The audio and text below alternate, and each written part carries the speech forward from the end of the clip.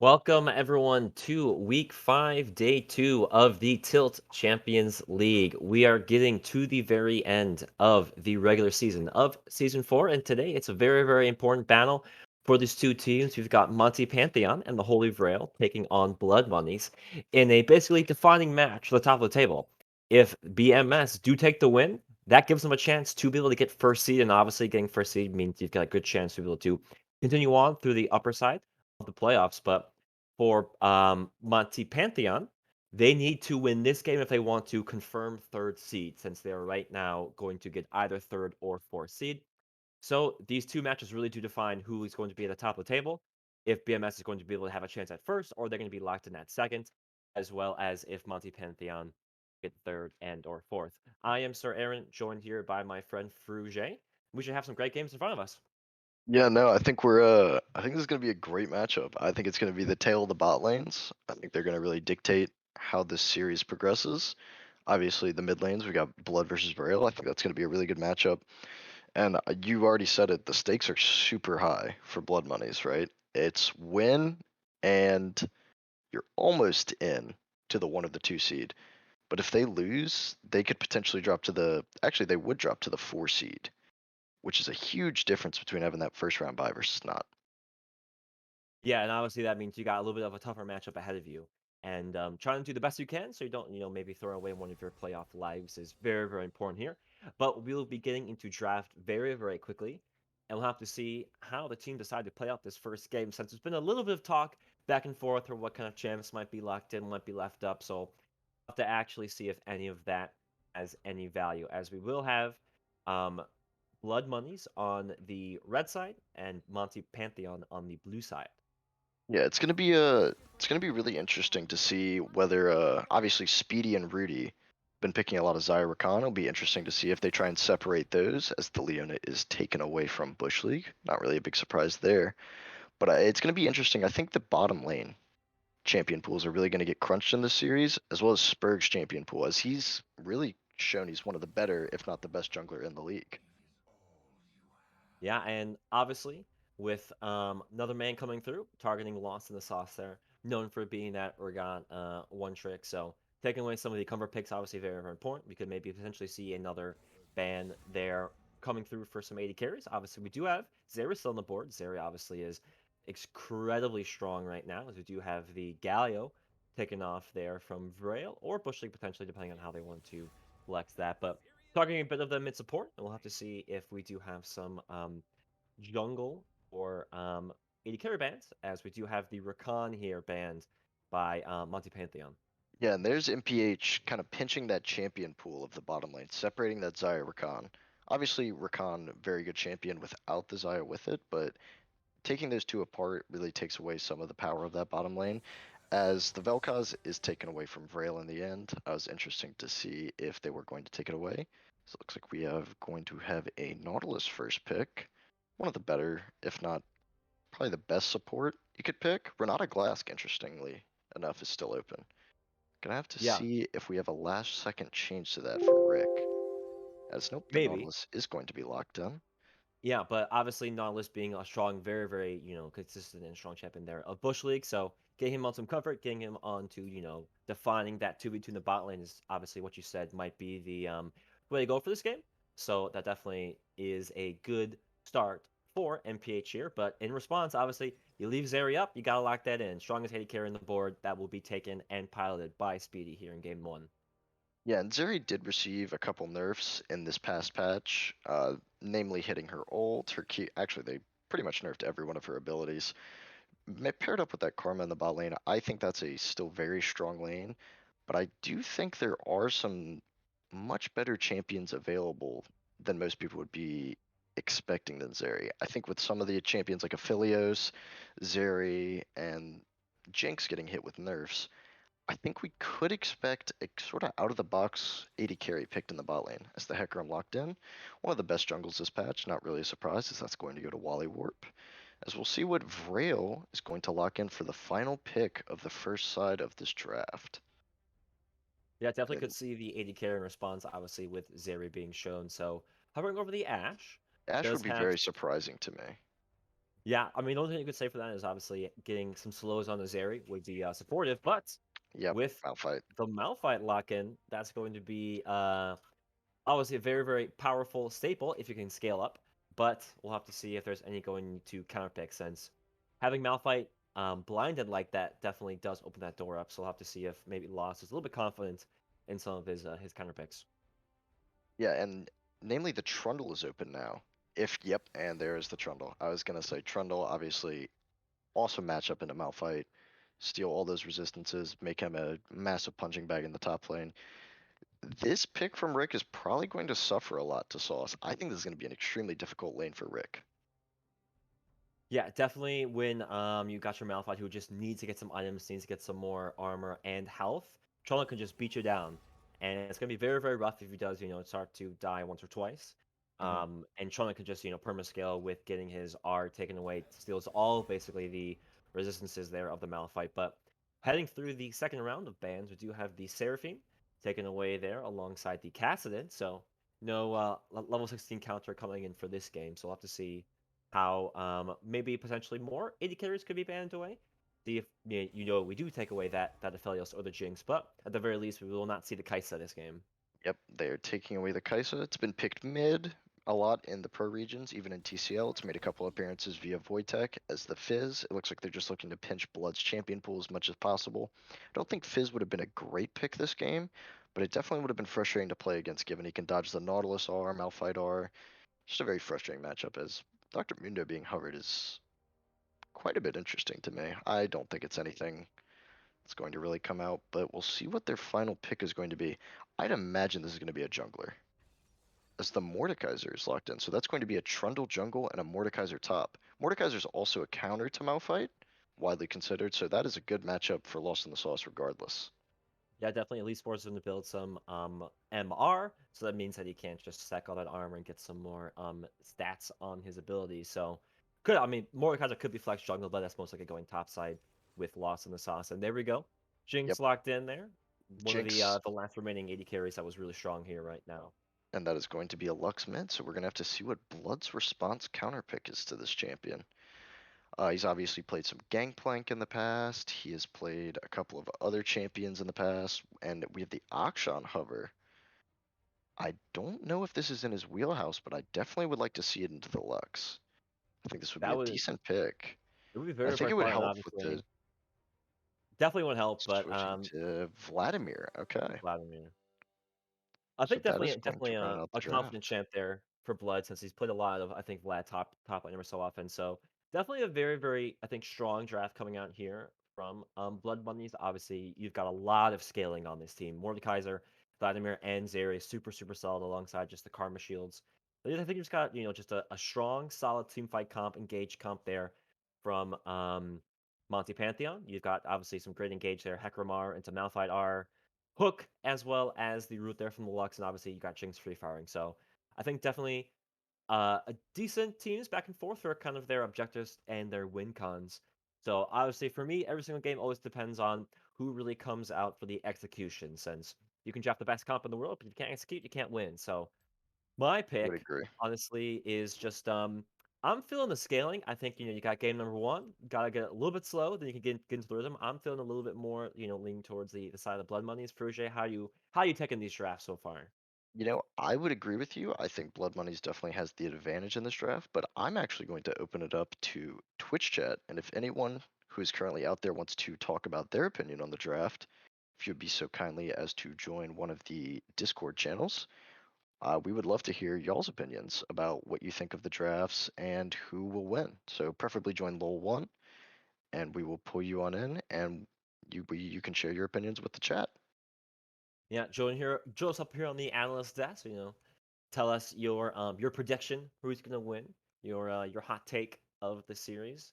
But I think it's definitely gonna be very, very fun. You've got a lot of obviously well-known players here in the TCL, some past winners, and it's gonna be very, very I think important statement heading into the playoffs here. With this being the final week of the regular season. So first joining us here is Wojtek. Wojtek, welcome to the desk.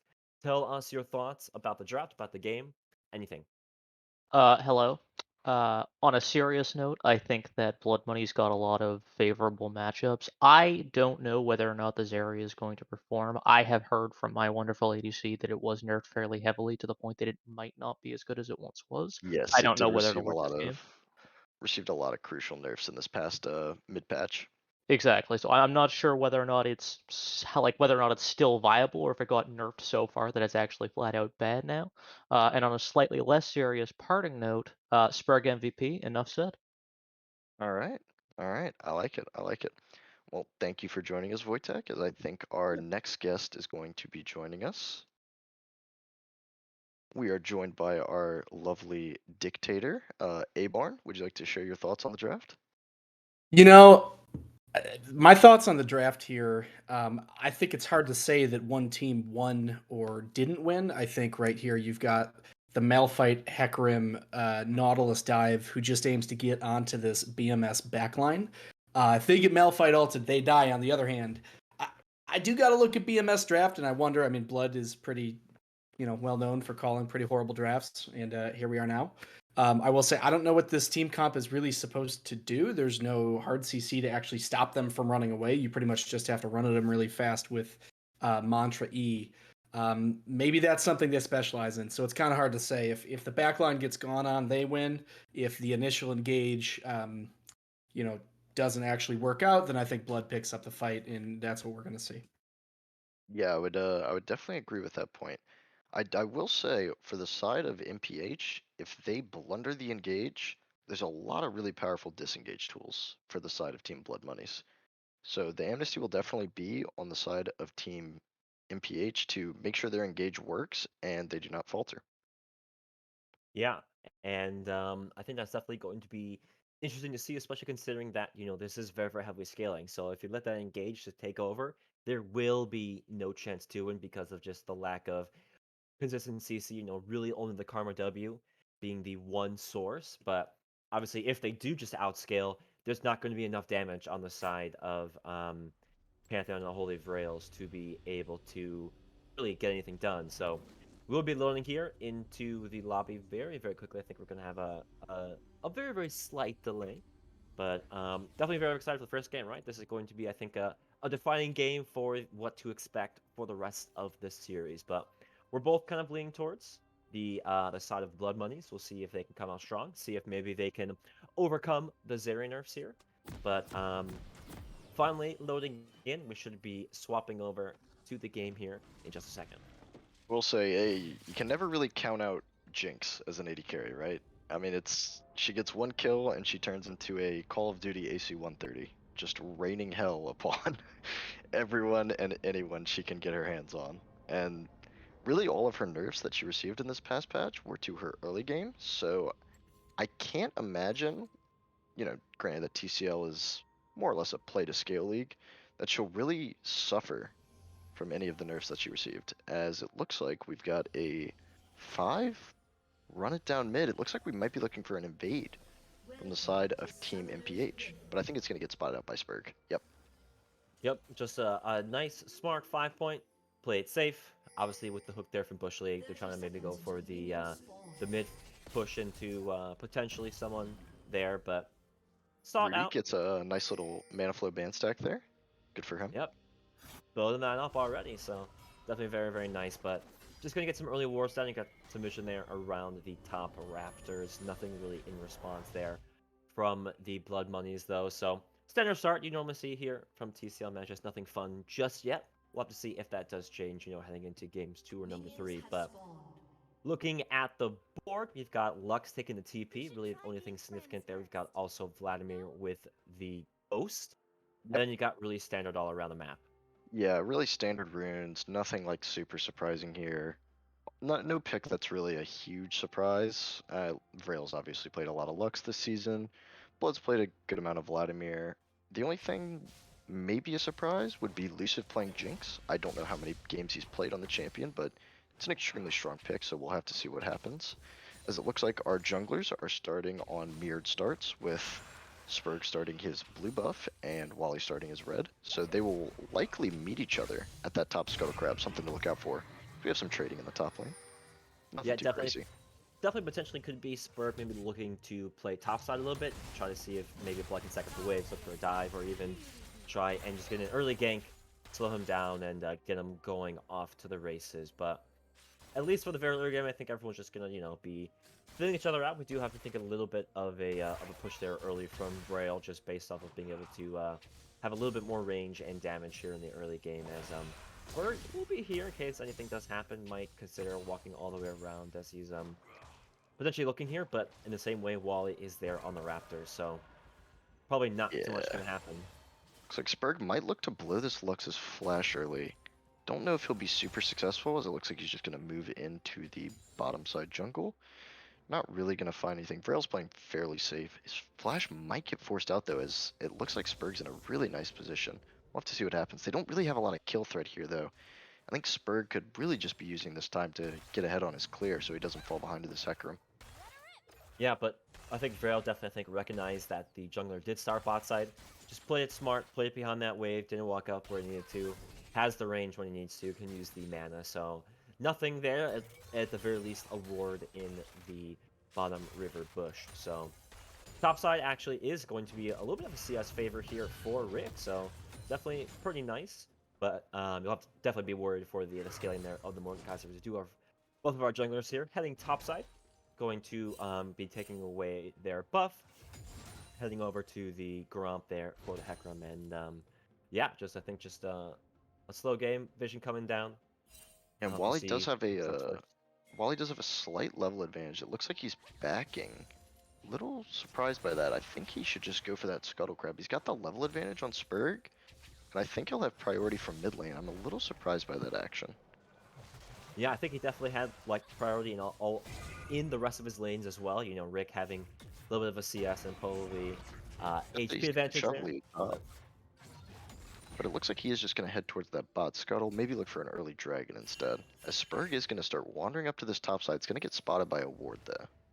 Yeah, it was spotted also by the secondary ward there, placed on, I believe, by the Lux. So Yeah, he was nice ward coming there by Vrail.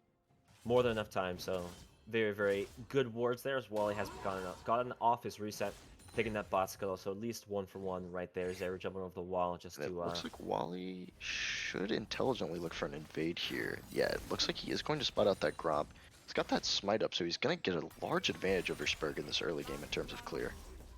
I just saw that hook miss there from Bush League. Gets a little bit of damage back in response. Bot lane, though, very, very even. You see all CS basically just difference of 1. HP and XP pretty similar as well. Yeah, and this Karma is a pretty big lane bully. I'd like to see Rudy try to play a little bit more aggressive to try and push this Jinx off the early waves. Granted, she is a little weaker, as we do have a gank in the bot lane. Yeah, Speedy Bandito just gets blown up there. Unfortunately, Bush League does take that first blood. Rudy will be able to get away. No dive coming through, but very, very great gank. No sums burning except for the Ignite. Speedy will fall. And that is a very, very nice start there for the Monty Pantheons. Yeah, I mean, great start from Wally, recognizing that that bot lane was a little too far shoved up. Speedy didn't use any summoners. He knew he was fairly dead, as Wally now has the clear advantage and a kill advantage. And that definitely puts him off to a really great start, right? Getting that engage going early, shutting down some of that scaling is exactly what you want to see. Rick doing totally fine here. Wave pushing the tower, should be able to get that up. Lost is going to stay as Braille is now trying to push his wave, most likely looking for a reset to match Bloods. But Dragon is on the board. We do have Wally playing around there, taking check-ins. Potentially could look with Spurg there as well. So we'll have to see kind of how the team decides to go, as Speedy and Rudy going to push his wave out and then probably look for a back here. Yeah, and it looks like they do have that shove advantage in the bot lane, so I think Spurg is looking for this dragon. He's going to get spotted out by the ward, but nice sweeper. He's going to spot out that ward by, I believe that was Vrail's second ward that he placed. As Vrail's going to know he's there, and now Spurg has fallen behind a level in the jungle. Yeah, Blake gets a nice little poke there. Thumbs up coming out from Braille as well as heading back topside, takes them that ground, but PP was expended there by Rick, so Lost will have that advantage in case there's either a dive or he wants to just help for a potential dragon take, but probably not too much happening with those teleport changes. Yeah, as, the real reset comes out for Vrail. The real shame about the whole teleport change is it really removes a lot of the like proactivity a top laner could have in the past, which really is why a lot of top laners started taking Ignite, Exhaust, Ghost, because pre-14 minutes, that summoner spell is relatively moot unless you're going back to lane. As we Yeah, are, that's it looks like Spurg's going to be able to pick up another scuttle as a little fight in the yeah. bot lane. Hook lands for Bush League. We do have Luciv firing off, but does not get the Keystone proc, and a little bit of damage taken. Rudy half HP as he's taking a little bit more poke, but definitely a very, very nice trade there for the Monty Pantheons. Bush League's probably doesn't keep looking for that. Level 6 for both of these top laners. Loss might be looking for an ult, but probably just gonna wait for a little bit more damage there onto Rick. Yeah, definitely I think Teleport also saw some of the prominence and rise of more very, very, isolated top laner. So you got, a lot of the strong Trinimir's Graves, some of the champions that can really just take over the game and scale. But we do have the Hecarim going for the Dragon, Bush League, and Yeah, and Lucid he's going to probably get coming spotted up by more. Spurg. Wally doesn't have that ultimate yet, so he's in a little bit of trouble. Pillar's not going to quite pinch Wally into the wall, as it looks like this is probably going to be the Dragon for the side of Team Blood Monies instead. Yeah, unfortunately, Lux on that reset means she cannot join the fight in time, which means this is just going to be And Luciv and Bush are kind of pinched here. I don't think they should be contesting this. Yeah, they unfortunately could not get anything done without having that full 4v4. So Speedy just going to get a little bit of a scared pinch for the side of the Multi Pantheons. First Drake going over to the Blood Monies, as Rail will just get a little bit more damage in response. Actually, pretty nice, half HP there onto Blood. Will Yeah, not Braille's hit gotten some the root. Braille's gotten some good trading in this lane. I mean, obviously when you're this Lux versus the Vladimir are very weak in the early levels. Obviously now that he's post 6, he's much stronger, but still looking to scale, and Lux is very much a lane bully, as it looks like we do have a gank. Yeah, flash coming out from Braille though, as Blood will pop that ghost. So at the very least, flash burn, which means there could be a regain potential. But ultimate bot lane now onto Rudy. Will get knocked up there by the ult. Flash forward for Bush. We'll get the auto. We'll have the ult Great coming ult from through Wally. Wally War. Very low HP. Rudy will be taken down at the very end there by Luciv, but Trade Speedy, I kill? think, will be able to trade one back. Does Oh, get here we CC, Spurg. but Spurg, yeah, Spurg is here. Luciv is very, very low with Wally Warp. This could just be a 2-for-1. Luciv flashing forwards will be able to take him down. Wally Warp will actually get that assist, so he will get out. Luciv trying to run for his Spurg's life, gonna but die. Spurg might be traded back with now Lux here. Damage is coming through. Lux will be able to land that ultimate now after the root. A couple more autos, and that will be Spurg's death. So that's a very, very great roam. Brill takes him down. That is a 3-for-1, I believe, in favor of Monty Pantheon. That's great recognition from Vrail on that room to make that a 3-for-1 too. Otherwise, that could have gone way south for the side of Team MPH. Yeah, Hook and not gonna land. at least Bush right after the reset will be able to at least scare Blood off from getting a little bit more plates. So, but I think got one plate there. At least, there was a little bit taken there in response, denied some XP and gold. But Luciv now actually rotates mid lane. Might see a little bit of some swaps here, as now Bush League is here. Maybe looking for something here on the Blood. He is relatively low, but does not have R, does have W, does have his pool, but looks like nothing. They'll just walk back to bot lane. Yeah, and this CS advantage in the top lane is really starting to show this Mordekaiser counter pick. He can just permanently sustain against this Malphite pick, and you can really never carve into that health bar of Lost in the Sauce. And he's just going to be able to do this for the rest of the game unless he gets some kind of support from his team.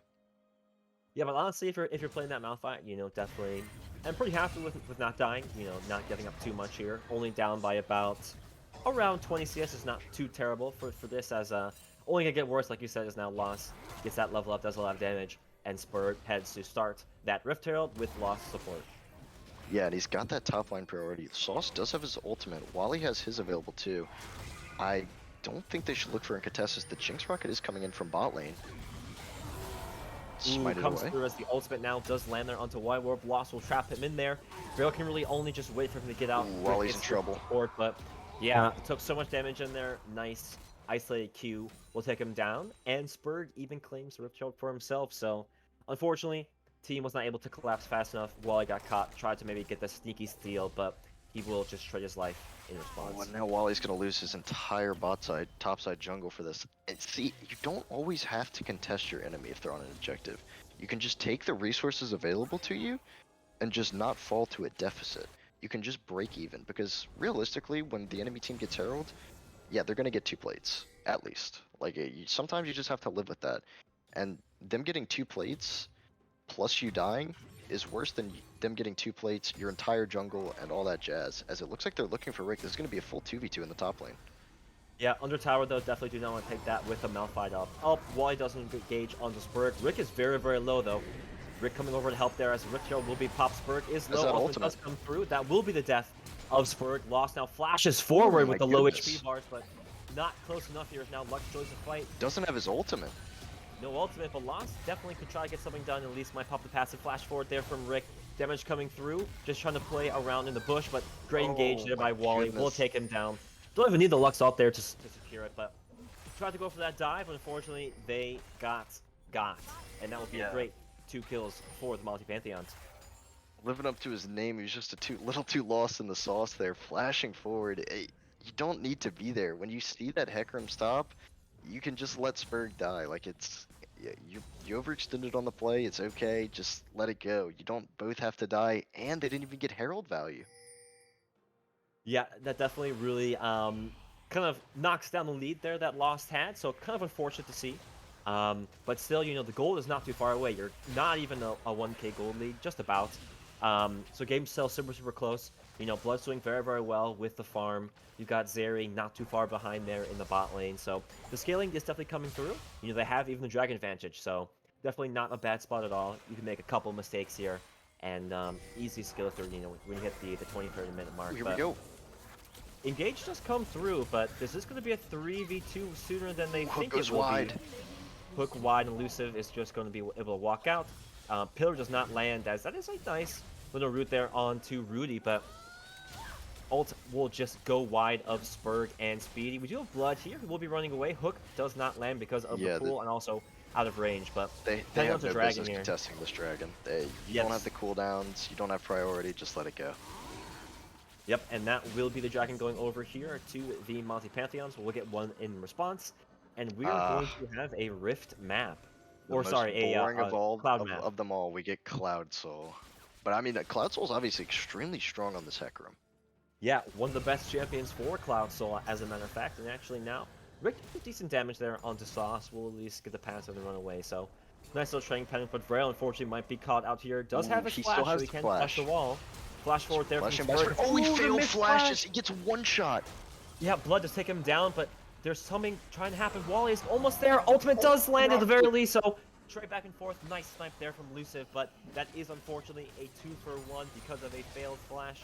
Elusive just trying to push his wave in response, so unfortunate scenes there from Vrail. It's unfortunate for Vrail. Now you're going to be down flash against this Trundle, as Elusive's in a lot of trouble now. He's going to flash that wall. Learn from his teammates' mistakes. He makes mistakes as now we do have Bush League CC, but TP coming through as now Lost is here as well. Speedy doing a lot of damage. These are some low Flute Bells. Ultimate comes through. Elusive can take him down there. Speedy Mandito ult out from Rick. TP's in just to flash the flash and ult out. Bush at least does get away, so a little bit of an overstay there. We'll trade Elusive's life, so nice response. This could be mid tower down. We do have the team there now here to protect it, but I'm not a lot sure of damage mid coming tower's through. going to go down here. Zeri's not great at taking towers. That's the one knock you can really have on that champion, especially with the nerfs to her Q. It's really hard for that champion to take towers. Yeah, and that wave was just not big enough either, so we'll be able to at least get that taken down, which means that we'll have to see what happens from here in terms of what's going to happen. We do have, obviously, Rift Tail is going to be spawning relatively soon. You've got some great prio coming through now for the side of the Blood Monies. You've got 2-on-1 Vladimir mid, which is great. You know, Zera's got a couple kills in her belt. Lost in the Sauce is doing, you know, just fine, getting his lead back with a nice 23, just about 25 CS lead. So Gold League now is in their favor by about 1k. Sauce is going to pick up the first turret of the game in the top lane. That's going to be real nice for him. Oh, Blood might be in some trouble.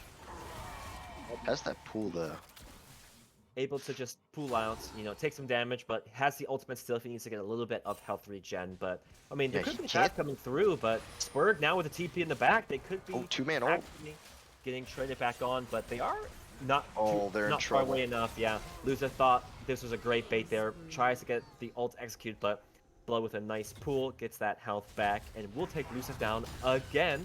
Third death of the game now as Wally might just have to see this tower away, try to go to his camps. And just a very, very nice setup play there from the Blood Monies, as at least Braille does get mid-tower in response. Braille's getting this mid-tower response, but Blood is quietly becoming a monster in this game. 3-0-1 on the Vladimir. He's already about to hit 2 items. Yeah, and right now we've got Rook pushing on the top side, trying to get some gold back in his pocket. Spurg is here mid lane, though, so could land a pillar and engage, but decides not to with Bush there, trying to protect, so... Towers, objectives, a little bit here in the favor of the Blood Bunnies. 7 kills, though, only about a 2k gold advantage, so still a very, very This close tower's game, gonna but be down. actually, Vlad gets here just in time. We'll be able to stop it, but Yeah, he saves getting a that little bit tower. scary, I think, because we have this 2k gold lead for the scaling team, and Yeah, Hook does will not miss. bode well. Yeah, it does As- not bode well, especially with the Vladimir having all the gold on this team. So he's going to be very, very scary here heading into the late game. We will have the multi-Pantheons taking this Rift Herald to be able to potentially use that to knock down one of the tier 1s, maybe even knock down a tier 2 to distract while they go for the Dragon spawning here in a minute. But at the very least, try and get some gold objectives back in their favor. And while he's going to be on reset, he should have that Divine Sunder. Yep, going to pick that up in his inventory.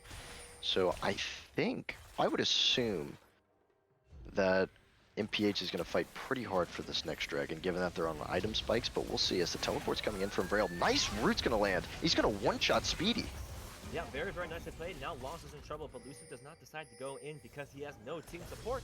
But just a great pick there. Root does not land there in the bush, but this is now a 4v5 for the Dragon here in 30 seconds. So this should be a free Dragon for multi-Pantheons. Could just see the Blood Money try to really push on the top lane, maybe even try to get the mid tower down while they're going for it. But looks like they're just going to step around the pit. We finally do have that Rift Herald popped, as now it's actually just going to be thrown Wins. away, but engage only on one there by Rick. Does get in by Lost and will be in the ultimate. Spurg is very, very low. Should be able to get out alive. Rick's gonna go down. Not the same. He will fall, as now we do have Blood just trying to get some damage back. We do have a great root, but that's a great E. Ultimate does a lot of damage. Ultimate in there from Wall Warp does take down Lost. Now it's Blood starting to do some damage. Oh, look at Can't get Blood. anything back. Look at Blood. He does do some damage. Great E, but Hook in response. Oh, will doesn't take have him the down. damage. Excited, could be doing more. Actually, shutdown unfortunately does go over to Bush League, but Flash in there, or sorry, heal for Stadium Magneto is now be engaged, is just going to scare them off, as now this could be the Cloud Drake for the Blood Money. So what was a 4v5 actually somehow went in favor of the team's disadvantage. Yeah, it looks like they are going to pick up this dragon after a really just scrappy fight there from the side of Team Blood Monies. I did not think they had any business contesting that dragon. And somehow they made it work. That is very, very good. In the very least, for the Multi-Pantheon's gold lead, still not bad. Just about 1k, 1.5k. You've got still some great carries. Rick is still doing fine for that front tank line. Wally is in a great place. Braille has been really, really looking good with his roots and everything, but definitely a very, very close game, and it's going to stay closer as time goes on. And sadly, that Vladimir shutdown went to Bush League of all people. That is probably the worst member it could have gone on. So that's 650 gold in the pocket of your Nautilus. Not exactly what you want, as they are looking for Rick up here. Yeah, but unfortunately, Gloria and Bush League aren't here for them, so we couldn't see a quick engagement. Big ult. It's a great ultimate. Drill takes down Spurg, is now Lost, will fall to Rick, and Rudy has to just run away from the Nautilus ultimate. We'll be able to at least get around the wall. Oh, this is going to be Baron. Yeah, jungler down, top side down, 30 seconds. This could just be Dragon. There's a lot of damage here with Lucid, with Braille, so they're going to try for it. Yeah, this is going to be an uncontested Baron. Blood's bot. He has Ghost, not TP. This is just going to be a free Baron for the side of Team MPH. Yeah, and that is going to be Baron falling in just a few seconds. We do have Speedy trying to get something done with Rudy. Might be trying to throw out a Hail Mary Q as Smite does come down. That will be Baron, and that is now the Baron power play. 1k gold lead for the Multi-Pantheons. Blood trying to take down this mid tower. Lucid just gonna have to run away because he will just get 100-0. So we'll have to see how they now decide to use this advantage in their favor. Yeah, and Sauce just barely didn't have his ultimate. I think it was a couple seconds away from coming back up, and just a little too early on that play. If they would have had that Mordekaiser ultimate up, that fight would have just gone a lot better, because they definitely would have gotten at least 1 or 2 kills from that. and it definitely would have prevented them from going Baron, or at least made it slow enough to where Blood could move from that bot lane to contest that Baron. Yeah, it was just very, very nice setup into the objective. Thought they were fine, lost with the help of Spurg, but unfortunately they were not. Trying to push down this mid tower now, as we do have the Malphite splitting bot. Does have TP as well, so if a fight does break out, he will be there. But Wave now pushing in. Ooh, hook lands. But we do have the hook landing. Lucif just blows up. Rudy is now launched. He does ult Wally Warp. I believe he does have the QSS. Yeah, he QSS'd out. Blood is Oh, just a sliver of HP. Nice root. Look at that damage coming through. Blood so low, but the pool very, very well timed. As then we do have a little nice E there from Lost with some damage there onto Grail. But very, very good pick there on to Rudy. This should now mean that they should be able to push this down. Rick, I believe, did TP as well. So now Wade pushing in, TP reset. We do have the blood money still around though, so they're trying to get at least maybe something done to scare him off, but so much damage coming through, that will be the first tower falling. We now have the push. Jinx is excited, so we'll have to be careful. There's just so much poke from this Lux. They're gonna have to be careful. Yeah, that Lux ult is back up too. He could easily one-shot Rudy or Sauce at that health bar.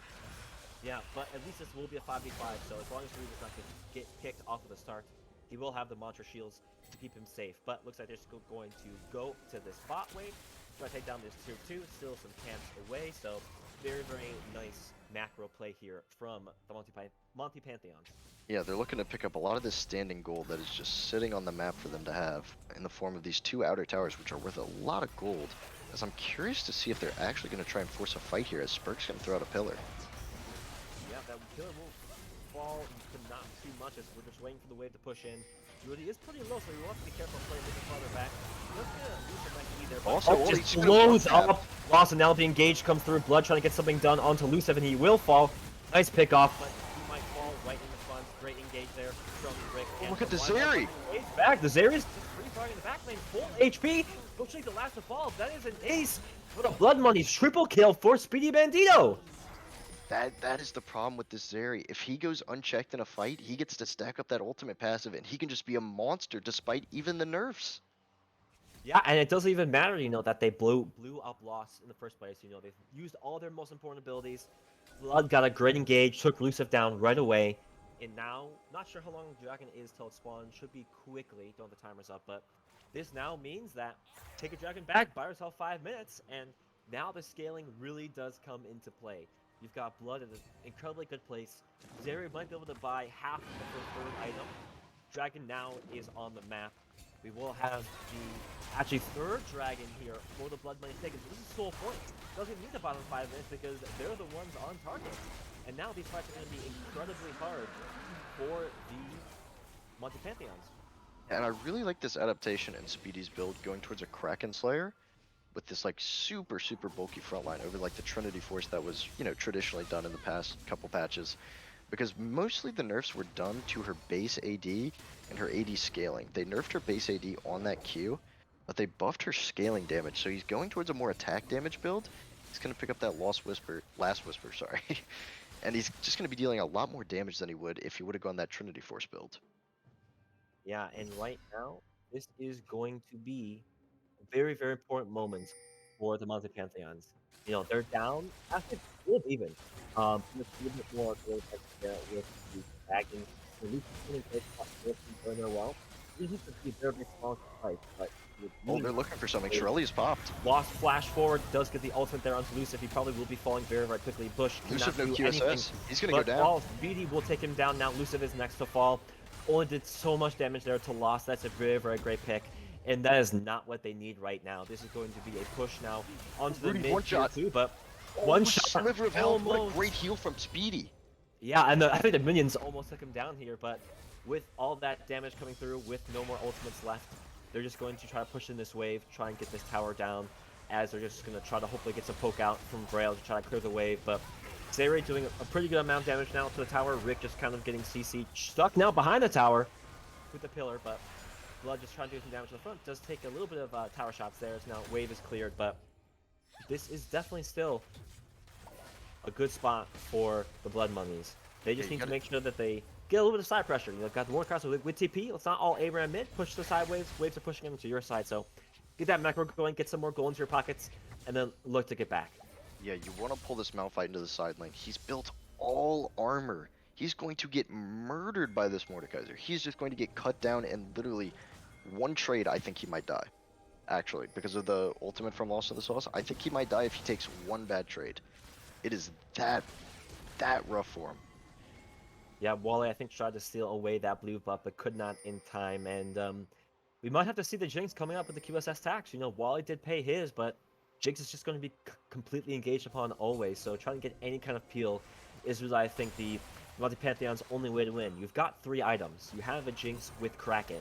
This is the best opportunity for them to win a fight. You know, she's ahead of gold on the Zeri. You know, Zeri's almost got the completed pieces for the LDR there. So all 5 are playing around the Baron Pit, maybe trying to look for potential bait, trying to clear out this mid wave now. And gold still is not bad, you know, still only 1k. This game is still so incredibly close. You know, the CS is just in favor of a few members here back and forth, and really that gold lead is all on the Jinx. And she's going to really be the focal point. So any mispositioning here from Elusive is really going to make or break the game. And I agree that the gold is even, but I think that's a deceiving stat in this game because the scaling is just massively in favor, and composition-wise for the side of Team Blood Monies. I think, oh, Rudy's gonna get one shot by the Lux again. Yeah, and Astronaut is gonna come in. Down, yeah. Oh my goodness, You got that ult from Bush League to kill Rudy. That was hilarious. Yeah, fade away there, and Rudy just keeps getting caught on the front. You know, he's not been able to get any really XP in his pocket because he's been dying off the bat. But with a kill down, FTP. They're on Baron. Sauce does have TP, but there's a lot of damage coming through. This is a half HP Baron. They have to get into that pit sooner or later. 5k. Yeah, 5k, but now here comes the engage. Oh, here comes Blood. But they're just getting off the Baron. Now Elusive actually... Oh my goodness, Malphite ult misses. Malphite don't misses, but unfortunately for the other side, Blood does not have to go into the Zanyas, does not have the pool anymore. Will be taken down, cannot kill Elusive in Look time. at Speedy again. Great He's flashes, untouched. but yeah, Speedy, full HP. All these low HP bars have to just run away. Spurg is going to be able to fall. Great pillar there from the Spurg. Oh, look at Speedy. Speedy. This is the pentakill opportunity. Speedy now has opportunity. Wally's going to be first one to fall. He's getting one shot by the Lux, one ult by Braille. Braille saves the game right there. They have the damage now to turn this back. Lost in the sauce, very low. Great E! Heals into the Zanyas. Okay, Spurg now can only just protect. Rick and Braille now falling off. This is a crazy fight, back and forth. Oh my god, what a back and forth play. One shots all around. Speedy just getting a little overzealous. He had that pentakill in his eyes. His mouth was watering, but he just walked into the Lux one shot. Oh my goodness. Yeah, and just very, very funny to see how 2 little mistakes, you know, just a bad Malphite engage. You have, you know, an unfortunate, you know, mispositioning there from Speedy into also now mispositioning from Vrail. And I believe it was Wally there onto Lost. So, I mean, this is now Soul going over to the Blood Monies. You have Yeah, I don't think they can test this without Elusive. Yeah, I mean, Braille has a good scope for a steal. They do have the vision. I believe Rick may or not have a ward, but just get the E for the vision and look for the Braille very could steal with steal. his ultimate. Braille could very Yeah. easily steal this with his ultimate. If they There time is- it right with Wally's smite. Oh, all coming through. Actually does get it! Steal. That was a great steal. Buys them so much time. Scaling does get a little bit mitigated here, so very, very great job from Braille. Great E hold into the ult. You did have wall warp there to potentially for support, but didn't even need to go in. Now we here have we go. another ult onto Rudy. We'll be able to use the Shirelius to get away. So uses the ult for Oh, the but item. Baron started. And Baron is started now. We do have Rick on the front line trying to face check, as we do have that missed route, but looks like there's a pinch potentially getting set up on the left side of the map. We do have Spurg and Lost in the Sauce in that top jungle. No They blast will bomb. be pushed out though, but Rick is here out alone. This is going to be a really, really weird team fight as now Rick is caught. alone. Rick might have to just ult over the wall. He will, as now Spurg is very, very low. Ooh, not sure if that ultimate was Spurg, the no right flash. play. Spurg, no flash. Gonna go down? This should be elusive. Oh Oh, my no, goodness, they he can't keep gets out. chasing. Bush, though, is now on his own in the side. Can't do anything. Blood just a great ultimate down. Not finish off. Rick, who Oh, does have this is gonna be can't Baron keep for back in sure the for fight. Blood Monies. Now, Rick can't TP back in the fight, so this might not be Baron. They do have the vision to TP in. HP bars are not terrible, and they do have the poke. So they will be walking back up. Actually, does not elect to TP, just elects to walk back into the lane. 5 Lux HP, no ultimate. 5k. Now they're going to look for the Ooh, engage. Lux ult's about to come A lot back of up. damage coming through. Ult's now coming Spurg has through. to get in the pit. Oh my goodness, Too it's late Speedy on the gets the TP. Baron. And too late of an ultimate now. Here comes the engage. Lost. Oh, Was Elusive able is to in the get death one. zone. He's one Elusive shot. dies. That's most like a team fight going over. Rick is now going to be next to fall. Great Q there from the Mordekaiser. Takes down 2. Speedy is not going to run down Vrail if he can land that Q. Actually, cannot chase under the base. Well, he doesn't have that ultimate. Yeah, was going to next to fall. Will actually not hit the E there for loss, but Speedy takes him down. Spurg will finish off Bush League. That is a 4-4-0 with Baron, and that could spell defeat. And we were just saying how the gold lead was Pantheons. so even. It just ballooned to almost 6K. Yeah, and I mean, with the damage now, I mean, Lost is well and truly scaled into this game. You've got Spurg just so tanky. I mean, the Vladimir's got 3 items, and he's not going to be able to be killed. On top of the Zeri just throwing bombs. I mean, that's 1 inhibitor down, looking to get the 2nd inhibitor, and I mean, this is going to be an incredibly tough position now for... Yeah, it's going to be a double inhib. And I know people love blinding these tank tops in TCL, but Sauce is showing why you can't just get away with that. And there's not going to be really much else to get away from here for the Monty Pantheons. I mean, they have to almost hope for a mistake. A bad engage, someone they can pick off to at least get them, you know, for a better position. Because a straight 5v5 is just losing.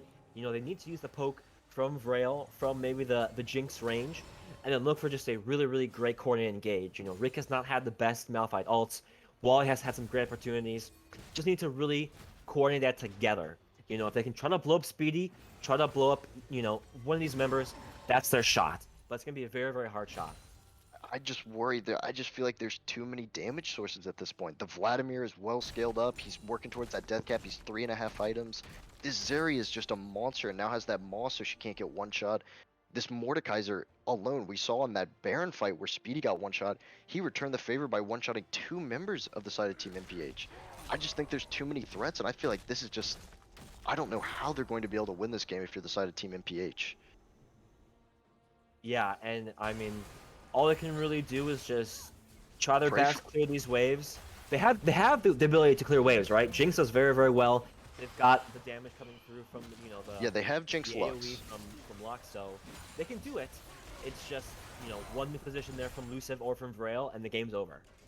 Yeah, but there's always the X factor in Vrail. If Vrail finds a big root onto 1 or 2 members and is able to one-shot him, and he does have Rudy. Rudy is one-shot. Yeah, but that is not really the most important member to get there. You know, Rudy is good to pick off. This is going to be 4v5, so that's a great start. Now, still an ult there from Rick. Could be looking. They are really close together, so if they decide to just go for it, this might be their opportunity. But at least they're just going to try to scare them off, try to at least protect their last inhibitor, as now waves are going to be pushing in, damage coming through. Yeah, Speedy without just Baron, they playing can't behind do the this wave. push. Yeah, Baron is finally going to be taken away.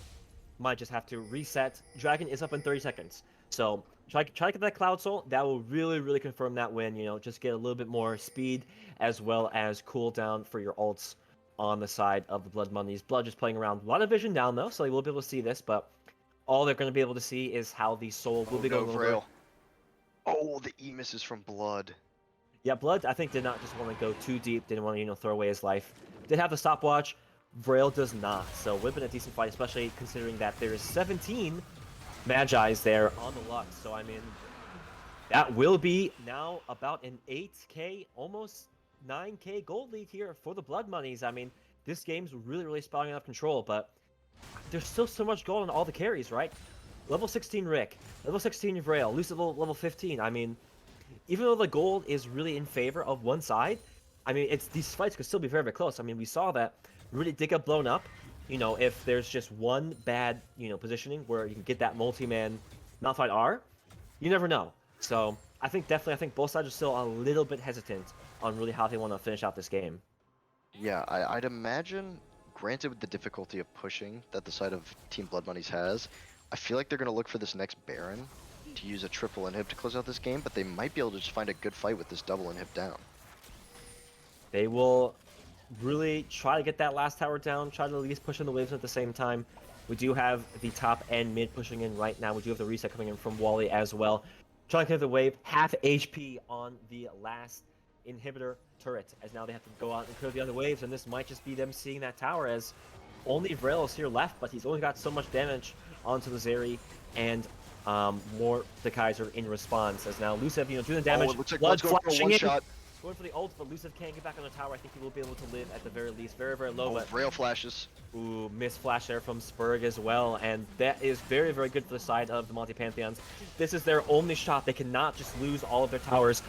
Okay, look, Rick might be going for the ultimate here. He's waiting. Bush going in. Wally Warp taking so much damage.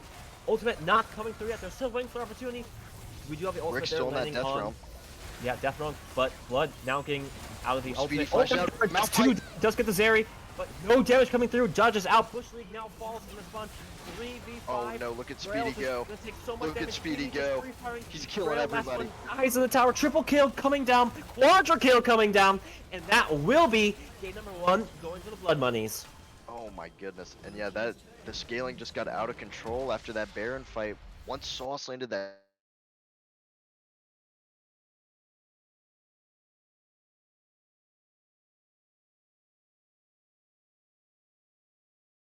cuts.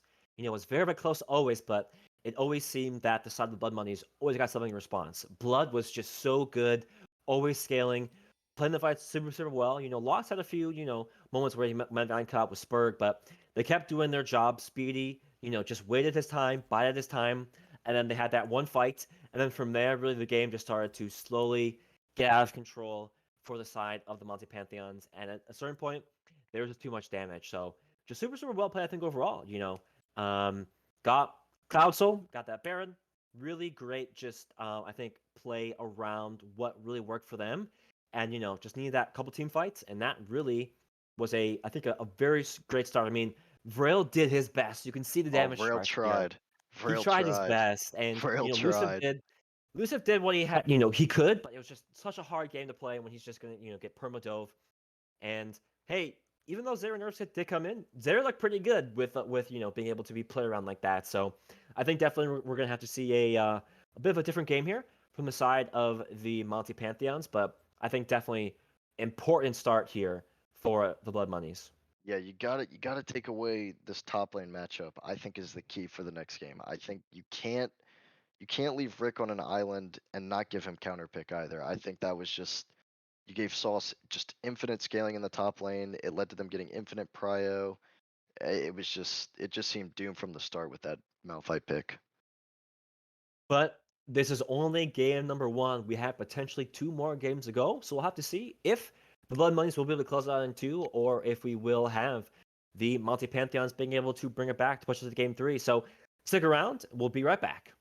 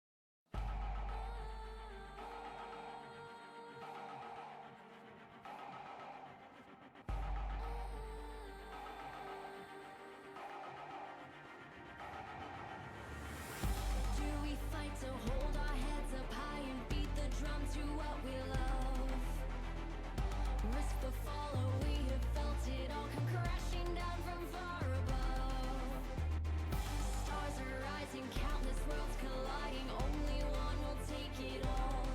Can we bring to fall the giants? Can we make the final call? We are the ones to ignite the darkened skies.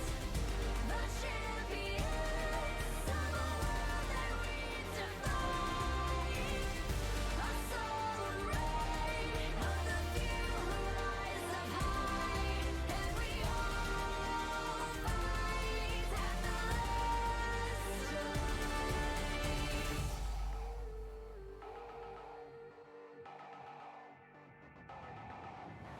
Hearing voices from afar.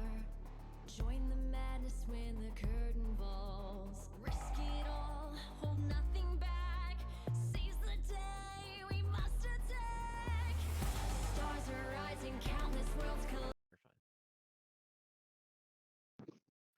And welcome back to our game 2 between MPH and BMS. What a back and forth first game. Oh my goodness. I'm joined again by Mr. Saran. Dude, what did you think of that last game? Yeah, I mean that was such a fun game to watch. I mean, it was literally down to the wire. It felt like till that very last fight. I mean, even though the goal might have looked different, I mean, you could have seen Rail land that Q and pop off. Until that very last Baron. I mean, it was literally hair margins where one ability changed the game. You saw it go back and forth. One kill comes through, then two more come through on the other side, and two more on the other side. I mean, I think it was these teams definitely are towards the top for a reason, and it's going to be very, very fun to see how they either continue to keep that momentum here coming into game number 2, or how now the Monte Pantheons try and stop the really the momentum of the other side, and see at that point how can they really reset after that. They were just slowly losing based off of I think not the best draft, just based on that scaling, and they were they had some good looks. They definitely looked for some good opportunities, but I think it was just um, really this opportunity now for them to be able to say, okay, let's do this now. Let's get a solid draft. Let's get us all onto winning picks. Not blind, so maybe not the strongest picks, and then just get us a great standard solid game. Yeah, no, I really want to see them take away. I don't know about this Poppy ban. I get it, it's for Spurg, but I'd really like to see at least them not leave Rick out to dry. Maybe put him back onto that Trundle pick that he's been on in games past. You gotta get him on a better champion. Yeah, I think just especially against Lost, who is definitely very, very solid and strong top laner here in the TCL, who's going to be able to I think play anything well, and be able to I think get a little bit more here back and forth and back and forth. But we have some similar bands here coming through. You've got the Vel'Koz and the Galio, but we do have the Poppy now taken away here in response. Yeah, and something I'd really like to see if it's not banned is an adaptation of Trundle being first picked for the side of Team Blood Monies. I think if you take that away from Rick, I think his champion pool is going to be in a lot of trouble against Sauce. Yeah, and obviously they will be on red side this side, so they will have the opportunity for a counter pick if they do decide to give it to him. Might also give it to Pharrell, to give him a solid matchup, but did Yeah. super well, into him with that Lux pick mid, so maybe just give him a strong blind. But we do have the Leona taken away, so same bans here for the side of the Blood Monies, and we'll have to see what they do decide to ban here. If they decide to take away that Zeri, but Yeah, same bans as game 1. yep, take away that Rakan. So that means Zeri's still on the board, and looks like that will just Yep, be the first just pick. picked right away. Yeah, I like the Zeri first pick. I think it's great. I think now if you're the side of Team MPH, I think you have to pick up the Trundle here. I think you have to assume it's going to be gone in the next round of picks for Blood Monies. You cannot leave that pick up, as the Nautilus is going to be picked, same as game 1. I really just want to see the Trundle. You can flex it jungle, you can flex it top, so it's not locked into a possible counter matchup. I think it would be a great pick for them here. Yeah, I mean that would be I think just really really good draft, and flexibility really is kind of definitive of good drafts. But Mordecai's I just mean, taken away from Sauce. yeah, if Lost can play it well, we'll see if Rick can play it as well. So that will be the Mordekaiser top locking in, which means that we'll have to see what Lost decide to pick in response. There's not so many amazing things there in the Mord because he's just able to scale, be solid. But I wouldn't be surprised if we saw a 80 carry pick here, or sorry, a support pick here for Rudy, as looks like we'll have the karma going back in the bot lane. Did well game number 1, did well game number 2, so lock it in again. And we could also see another jungle pick here for Spurg or a mid lane pick. That's kind of my assumption coming through. Yeah, I'd assume jungle pick here would be my first assumption. Maybe we could see the Udyr from Spurg, which we've seen in the past. Maybe the Hecarim, take it away from Wally. We're gonna have to see what they do. Or maybe even the Trundle again, as we do have a set hover. Oh, Yeah. set for Lost in the Sauce, and I like this into the Mordekaiser. Yeah, I mean, Set's the champion that Blood has played a lot here in the TCL, playing that top side. So I could be, also a flex mid for Blood if you want it, because you could see him 7, you never know, but most likely go in there on top side, just kind of a standard 1v1 there, top side for Loss. I think also another common pick for him. But we'll have to see what now gets locked in last, and that will be, a Teemo. Wow. I wonder if they want to put this against the set, and maybe they flex the more jungle. Mordekaiser mid, maybe even? I'm a little perplexed with the Teemo pick. Maybe it's even mid. I think really my thought is set in Teemo is kind of rough because he has to walk up so far, and Teemo's just not going to really let him ever do that. Gets the blind, and the speed boost really just kind of makes this matchup so unfun. So my guess is this is going to go against the set, but we'll have to see because this is going to be very interesting now. As honestly, wouldn't be surprised if we saw the same bans here. We're already starting off with the Kassadin, taking that away from Blood, and there we go. We do have the Seraphine now in response. Yeah, we literally have the exact same bans as game 1 so far. I don't really imagine they're going to change either. Maybe the Jinx over the Kaisa as a ban, but Elusive, it seemed like he had a little bit of performance anxiety on the Jinx. I think he forgot to build Quicksilver Sash that game. Might not know what Mordekaiser ult did. Yeah, I mean, definitely have some rough games there when you're out of the game for so long as he sat out there for season 3. So, heading into the 5th week though, I think he'll be able to pick it up. Give him a game 1 warm up. Get him that he's scaling. As as the blood monies were. But Yes. first pick of round 2 coming through. Most likely we'll be seeing that 80 carry to leave that mid lane counter pick. Yeah. Wouldn't be surprised if we saw Jinx again. I mean, Jinx is still a very, Yeah, very good Jinx champion. would not be a surprise at all. As But the Vayne is the pick. Vayne. Wow. I don't love the Vayne into this area, I'll be completely honest. I think Vayne's gonna yeah. get bullied quite hard in this lane against Karma plus Zeri. Yeah, I mean, I really don't think it's the best, especially considering there's really no tanks to bust, and you really don't want to pick something into so much movement because she's just going to be locked down. Have the ultimate from the set locking down Mord or And there's the Knowledge Udyr right in for the back Spurg. line. Yeah, There's the Udyr Udyr for Spurg. used to be And the top tier jungler there back in the day, but still just a solid jungler running through. And this is a lot of movement speed right now for the side of the Blood Monies. yeah, this team is just going to, even more so than last game, just run at you. And they're very strong when they run at you. And if you run at them, they're just gonna run even faster away. Great engage, great disengage. As the Twisted Fate Ooh, for Blood, I really? like that. I like the Twisted Fate for Blood. I think that's That a is great pick. I was a little surprising, honestly, because could have just gone for more of just kind of where the comp was going. I don't think Vladimir would have been the worst kind of pick, but Twisted Fate is kind of fun. Looking for those cross maps now, which means that maybe trying to shut down that Teemo right away. But Silas now taken Silas. in response, so this will be Silas mid. I think this will be a Teemo top, and then Top I think and a it's Mordekaiser Mordekaiser jungle. jungle. Yep, spot on. Yeah, and I really like this Twisted Fate pick into the Vayne because it nullifies the aspect of her being able to tumble with invisibility with her ultimate, right? And I think that is going to just be incredibly difficult for Elusive to play against.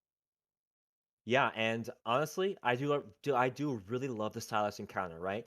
You have the Twisted Fate ult for yourself now, and you even have the set ult, which is gonna be very, very good to throw Udyr into the backline, try to take down Zeri, and definitely not the best kind of ultimates to take away. I don't think you've got a great thing there in the Karma or in the Udyr, so it's gonna be kind of only those two really big ones, but definitely is nice to at least get that global in response. Obviously, with having the Galio taken away, so I think though the comp of the multi pantheons is a little bit. I'm a little hesitant because obviously Teemo top is definitely one of Rick's picks that He's definitely known for wanting to pick, especially, I think he picked that when I competing with him in season 2, Mhm. but it's just gonna be I think it's just it'll be interesting to see how this team works because I think it's either going to just destroy the game or they're just gonna fall flat, and I don't know which one's gonna happen. Yeah. As we are joined by resident top laner of TCL, Music X. Music, what are your thoughts on this game? And I was so excited for the Mordekaiser versus Set matchup. Um, where like Silas is kind of unfortunate, can only grab basically TF ult and Set ult, and kind of be useful there. Um, the Teemo versus Set, honestly, is just about how well the Teemo can kite the Set and kind of outrange the Set. If the Set tries to blow W, the Teemo can't be standing right in the middle. Of course, that's kind of the basic stuff that you need to know. I was more excited for the Set versus Mord because the fun fact is I haven't played in a while the Set versus Mord, but back then if Set tries to W, you can Mord ult the Set W and the W will disappear. So I think that's the most Interesting. fun interaction. That's the most fun interaction that could have happened with between Mord and Set, which Well, is what it took to beat him. But we might have to look out for that anyway because given how the last game went, it was scrappy as all hell. the only Yeah, problem is I don't think many people know how to know that's an actual interaction unless they actually face it a lot. yeah, Well, maybe. I mean, if Lost is trying to maybe, ult Nautilus into the backline, even ult more, and then the immediate ult, that's not terrible. But that definitely will be interesting to Not see, especially considering that. I mean, I think top lanes, I think, going to be a very, very much bigger part of this game than it was last. Yeah, I feel like if they don't shut down Speedy, or if they give Sauce and like even the slightest hint of a lead, I feel like it's gonna be hard for MPH to kind of pull anything through. But in all honesty, I have faith in my boys. But it's kind of looking a little grim because of Speedy's Zeri and also Luciv's Vayne choice. But I believe in yeah, the boys.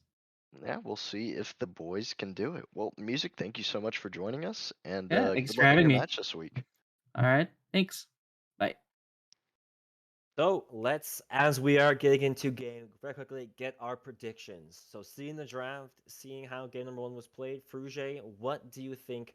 Who's going to be taking game number 2? I mean, gut reaction, I really like BMS's comp again. I think given how scrappy these last game was, I think it's going to be a lot of the same, and I think Timo is not exactly going to thrive in these kind of like scrappy fights that we've been experiencing. I don't exactly know how good Mordekaiser jungle is either. I've had a little bit of experience on it, played it a couple times in solo queue, and I'm not a huge fan of it, but I think it will be able to keep up in form against this Udyr. Yeah, I think definitely, Mordekaiser Jungle used to be really, really good. Then it kind of got nerfed. It's kind of just, it's not bad, it's not good. It's just kind of in the middle, but obviously it does scale very, very well. So, if you do go late game, it's going to be super good, but definitely not super strong start against, something like the Udyr. I definitely think I'm with you, though. I just think the composition of Blood Monies is just so much simpler. You'd have just Mantra E, engage, go. Look for blood, going for the, the cross map plays. And for me, it's so much harder for the Monte Pantheons to try to play this match. Lucif's gonna have a tough time. Vayne is not easy to play, especially considering that there's really not a lot of tanks that if she walks up too far, she'll get CC'd and she'll just die. Same way for We have Rick. a top side invade going on here from the side of Team MPH, though. I think they're going to try and look for Sauce here. Yeah, and we do have Sauce Oh, standing they're going to out. get You spotted. will have to see the flash engage. Does Oh, not go for Q it. hits the wall for Bush. Looks Yeah, like I they're think just going to it was gonna be just should short. I think regardless, but they're just should gonna just luck out. place a ward to see where where Spurg starts. And yeah, the ward does go down from Wally is going to place that ward. He'll probably reset for sweeper and then go to whatever camp he's going to start. Frail throws out the old thumbs up. As one thing I would have liked to see from Bush instead of that aftershock would be, oh, here we go. Ooh, very close, very Oh, close. hook doesn't quite land on Spurg. That But was as I was definitely a saying, very nice look, though, for sure. no, for sure. I really would have liked to see Glacial Augment over the aftershock for Bush. Just a way to try and slow down the Zeri karma. I just feel like they're so slippery and you can't get your hands on them. Yeah, and to be completely honest, I think they've got the tankiness. You probably would assume Wally's going to go a little bit tankier alongside Bush, so don't super need that aftershock. So wouldn't have been terrible, especially since we're seeing a lot more of the glacial augment, Nautilus on the rise. But at the very least, we will have the Teemo with the Ignite. So this is a Teemo I think looking to try and win the 1v1 against Sauce, and this is a champion to do it on. I think he's got the mashup, but if this ever does fall out of control, then it's just gonna be a rough game. So we'll have to see how it does go here, as we are just off to a looks like a pretty normal start. Nothing too crazy happening. Not too much damage coming in just yet from Rick. Maybe just playing a little bit behind the wave, waiting until he gets that level 2. Yeah, and I will say for Sauce, one thing that will be in his advantage in this lane is the set passive will help him out a lot with this Teemo poke. Obviously, he's going to be in for a rough go. He's got that Doran shield start. He's going to get the hell poked out of him, but with that TP, he's just going to look to just soak XP and pretty much do nothing until he's useful. Yeah, definitely very versatile, I think, for the set to go that Keystone, because he was never really, I think, going to really stack Conqueror in meaningful ways. So just getting a little bit more attack speed for, those really short bursts. Not too bad. So very nice adaptation from him. We do have the Dark Harvest there on Rick, so that's going to be fun. See those Teemo Shroom bombs coming in, late game if we do have that. But actually, we do have I think, interestingly, we do have, well, actually not interestingly, I think it does make sense, Vayne with the Cleanse. So I think it's going to be very, very important to see him use Here that we go, well. Spurg. But I Yeah, think the Spurg was blind, pretty yeah, engaged, but yeah. yeah, this isn't a very gankable lane if you're Spurg. Yeah, and this is one of the annoyances of Teemo. All you gotta do is throw down that blind, and you can kind of just walk it out. Not have to worry. As that's a nice little trade-off poke there onto Braille, and only gonna get more as I think he actually missed his blue card backs on the minion wave, but Braille gonna have the charge back on his potions, as Lost is now starting to take a little bit more damage here with the level 3 coming through Teemo. Yep. As Sauce will be in the advantage taking these trades with Teemo, because he has that TP and he also has that Pit Grit passive where he's just going to be able to heal up a lot. And Wally, interestingly enough, opted to skip Wolves, so he's not level 4 yet. Yeah, and he is just on this reset, getting and picking up those boots, maybe for a little bit more speed to walk around here. As we do have the invade here for Spurt. Nothing here, though, as that was a topside start. So if you wanted to go Krugs, I thought they were up the map, they were not. So yeah, just we'll get a little bit of an, a temporary something, won't say anything, so not too bad of a reset, honestly, for Wally Warp, because he's going to get back faster to the map with more items, and he'll be able to get that CS right back in his favor. Yeah, I really would have liked to see Spur just sprint for that bottom lane Scuttle Crab. You have priority in this mid lane, you have priority in bot. I think as Udyr, you just one-shot that, honestly, because you can break that Scuttle shield, and I think he had a double Scuttle opportunity. Yeah, and Wally might have thought to look for something, but Vrail is way far away, so nothing really to be done. Doesn't consider going for the chickens either, or the raptor, so we'll just be able to take that crab and go back to his drop. Sauce is just gonna, this lane is just pain. You just have to accept it. Hey, but he's doing pretty well, right? He's up by 4 CS, and the wave is definitely not in a terrible spot for him, so honestly, not too bad for what I might expect of this. Definitely, I think Rick's playing a little more passive than he should have. If you're gonna pick Teemo Ignite, you gotta zone him off there. You gotta push him back. He is not allowed to be here if you're Rick. You should be. Oh, there you go. As you say, yeah, he flashes in with the Ignite. That is not going to quite kill him, as he burns double summoners, and Sauce is just gonna be able to TP back to this lane. Yeah, and Sauce does not even burn his flash, so I think that was a little bit overconfident. Ignite there, as I don't think there's really a worry, especially considering he does have W. So I think, yeah, not really the most effectively played, but still fine. At least he will be able to almost shove the wave in, but TP does come in back, so Sauce should not really lose too much here. Yeah, it just seemed like Rick didn't really know his damages there, or he just completely underestimated set W, which negated a large part of that flash combo. Yeah, and Bush is trying to look. I think he's looking for that hook, as his ward will now be gone. Dies in that bush. Only blue ward left, and definitely this is a much better start here from Speed Bandito. Is now up by about 10 CS. Wave is pushing in though, so Elusive should get some back, but definitely not I believe they got the first kill down on him. They gave him for 1, so we'll have to see maybe if that does change now that Blood is level 6. Could be looking for those cross map plays. At the very least, though, just going to be a pretty even game here, similar to the start of game number 1.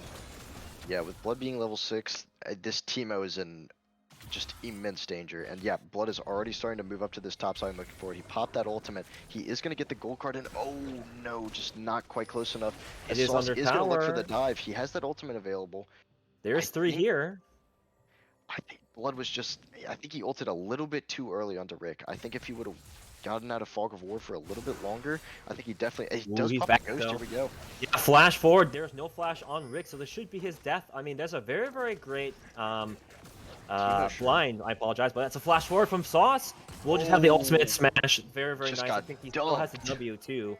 Yep, just very, very well played. Knew the limits of that. First blood goes over to him. Vrail is here though, on the Spurg, with no level 6, but Vrail doesn't really have the damage, doesn't really have the ability to lock him down. At the very least though, this will be Dragon going over to the Monty Pantheons. Wally will have this uncontested. Spurg is nowhere to be found. Doesn't even have Smite, so definitely not too bad of a you know, a counter play, or you know, a cross map play there. So good, I think good from both sides. Yeah, good from both sides. Good recognition by Wally there to recognize that a cross map play was happening and that the dragon was free. You know, that's what you have to do if you are at a deficit. We do have the damage What? coming through. Bush is here. Oh, Flash flash forward. hook. Does land the hook. Again, unfortunately, Bush League is just stealing all of these kills. Oh, Really could not get to man. execute. I think that also was double ignite too. So a lot of damage coming through. Maybe not the best coordinated kill. I think definitely very, very unfortunate. But hey, at the very least, shut blood down. Get some more gold into the pocket of Vril, who is up on CS. So hopefully we'll be able to at least, you know, nullify some more CS from Blood, as he will be walking back to lane with no TP. Does not have Spellbook either, since he likes to go for the first strike. And we do have at least Rudy here, you know, trying to hold away from him, trying to get some of that CS. As, yeah, gold is basically dead even here early. Junglers, but I think everyone really across the map is relatively even. Top side and jungle are a little bit starting, top side and bot lane, a little bit starting to fall behind here for the side of the Monty Pantheons, as we will have the level 6s now come in for the bot lane. Yeah, and I'm really interested to see where Wally looks for this first Mordekaiser ultimate, because you got to get something going, right? Like, you try and pick on this Mordekaiser, sorry, not the Mordekaiser, try to pick on this Twisted Fate who doesn't have flash. Vril can easily just flash on top of his face and stun him, and you can flash Ultimus Mordekaiser. I think there's a window here that Wally should look mid. Yeah, and even look with Bush League, right? Maybe even go for this bot lane play. You know, you do have the Karma really, really pushed up. There's no vision right now. So Speedy or the Karma could be taken down. Wally is here. Bush League, Oh, though, is here not we even go. here. So this might just be trying to look for a 1v1. Lucif does have a level 6. Does not even wait to use the ult. So Wally Warp just going to walk Ooh, forward. Doesn't even nice click E off. from Speedy. Yeah, I'm not sure if he just didn't want to try to go for the cutoff and just kind of, you know, go for the R to at least get it. I think that was As maybe Blood, an yep, unfortunately missed did get opportunity. picked But off. Vril, yeah. do as I say. He just flashes onto his face, and there's nothing you can do when Nautilus is there. Yeah, very, very well played. Great ultimate there from Bush. And Spurg is here in the bush, so microscopic Rick's gonna have to be careful, but he does that have the flash yet. shrooms. Oh, the face breaker misses. Yeah, shroom, perfect placement, walks right over it. Lost does not have the red trinket just yet to be able to clear that. I think he might need to get down on his back to be able to, you know, stop some of that things. But Spurg will at least start this Rift Herald. We do have more cars around though. Does have ultimate as well, so if he does jump into the pit, this would be favorable for him. Does place that on the pink ward, and he will know. So decides to finish off that red buff, and then I think he might try to go for something. Prio might be coming through as well for mid lane and top lane, as we do have Rick kind of blocking down. Jump in now. Wally Warp and Rick are here. Spurg is going to have to run away. He has that Flash flash. though. forward. Ooh, Yep. flash is on. So nice. Burns a flash. This should be for Rift Herald, but now Rail is here. Damage is coming through. The ultimate. Yeah, Spurg is going to go down to this Teemo. Yep, Ignite does take down. Great flash Ignite from the Teemo.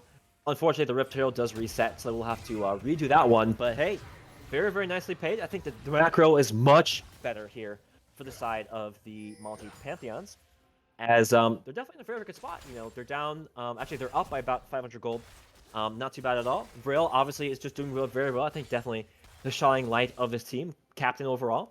And Blood gonna have to be careful here, as Vrail might be looking for something. We do have the vision coming down. Does not have flash, but he might be able to so blast lane out. Ooh, so much my damage. goodness, he is going to live. Just a Yeah, that was- sliver of HP. Very, very nice though to push him out of lane again. Does at least burn his ghost, so that means he's going to be a little bit more dangerous.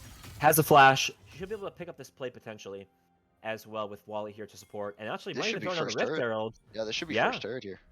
Yeah, very, very well played. So nice communication there to come here with Wally Warp. And yep, this is going to throw on the Rift Herald. That will be first tower. And mid lane tower of all things going down. Oh, this is going to Opens really up the map up so well. Yeah, think- especially because you can steal that Twisted Fatal. I think Ooh, Vrail is one going to start damage. You guys going. got to finish off that tower. literally one I hit. think this wave should pick it up. Yeah. Well, if Spurg Oh. holds it like he is. Oh, they. Oh my goodness, that melee minion! I thought I was gonna get it. And Braille that should have mid- just walked up to eat away. So very kind of poorly misplayed just to not get that tower. But they're gonna get it eventually, so it's fine. But kind of a little bit funny to see that as Floss in the sauce almost gets that first plate. He almost will not go down there, so Nice. gets a plate there. Very nice. Yeah, the Nice mid gold tower's at advantage. 26 HP though. I'm it's gonna go down eventually. It's going down. But It's hey, not very a big nice deal. for Sauce to be up in XP, be up in gold. Even after Rick picking up that one kill there on the jungler. But we will have the second dragon up. It will be spawned. We will have Wally Warp walking bot side. We do have Gloss and Sauce TPing top, so maybe not looking to fight for this, as we will have Rick. We'll have Bush League clearing out the vision here in the bot river. I think they did see Spurg, so we'll be walking up, getting some more vision down. Rudy is here. Wally We will still have has that actually ult Rick skill. roaming down too. I think they're trying to get down this mid lane turret, then rotating over to the dragon. Yeah, We I do think have Oh, nice Blood right there gets caught by onto Blood. another hook. Gets Oh, caught, and Blood- there's just Blood so did much not get the CC. break, and Great Rudy should go auto. down here. Good flash out. Yep. Very, very well played. Nice summoner's burn, but Wally Warp will at least get the ultimate there onto Spurg. I think that was definitely the right one to get. A lot of damage coming through. He's going to be totally fine. Just wants to play it slow. Wait for his team. E forwards from Braille right as he comes out of the Death Realm, and that will be another kill. Elusive picks that one up. Speedy all the way over the Nice wall. little wall ride.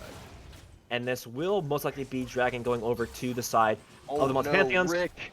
Yeah, Rick just gets Rick. ulted under tower. Unfortunately, is just not really respecting the damage of the set at this point, especially considering that set does have that magic shield. Ooh, actually, this was a little bit of Oh a my goodness. dangerous dragon take, but they will at least get it.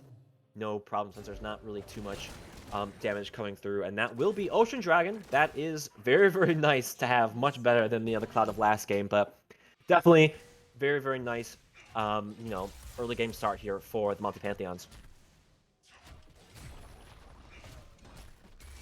As Yath said, is going to be able to pick up a ton of tower platings here in the top lane. He might get this full tower.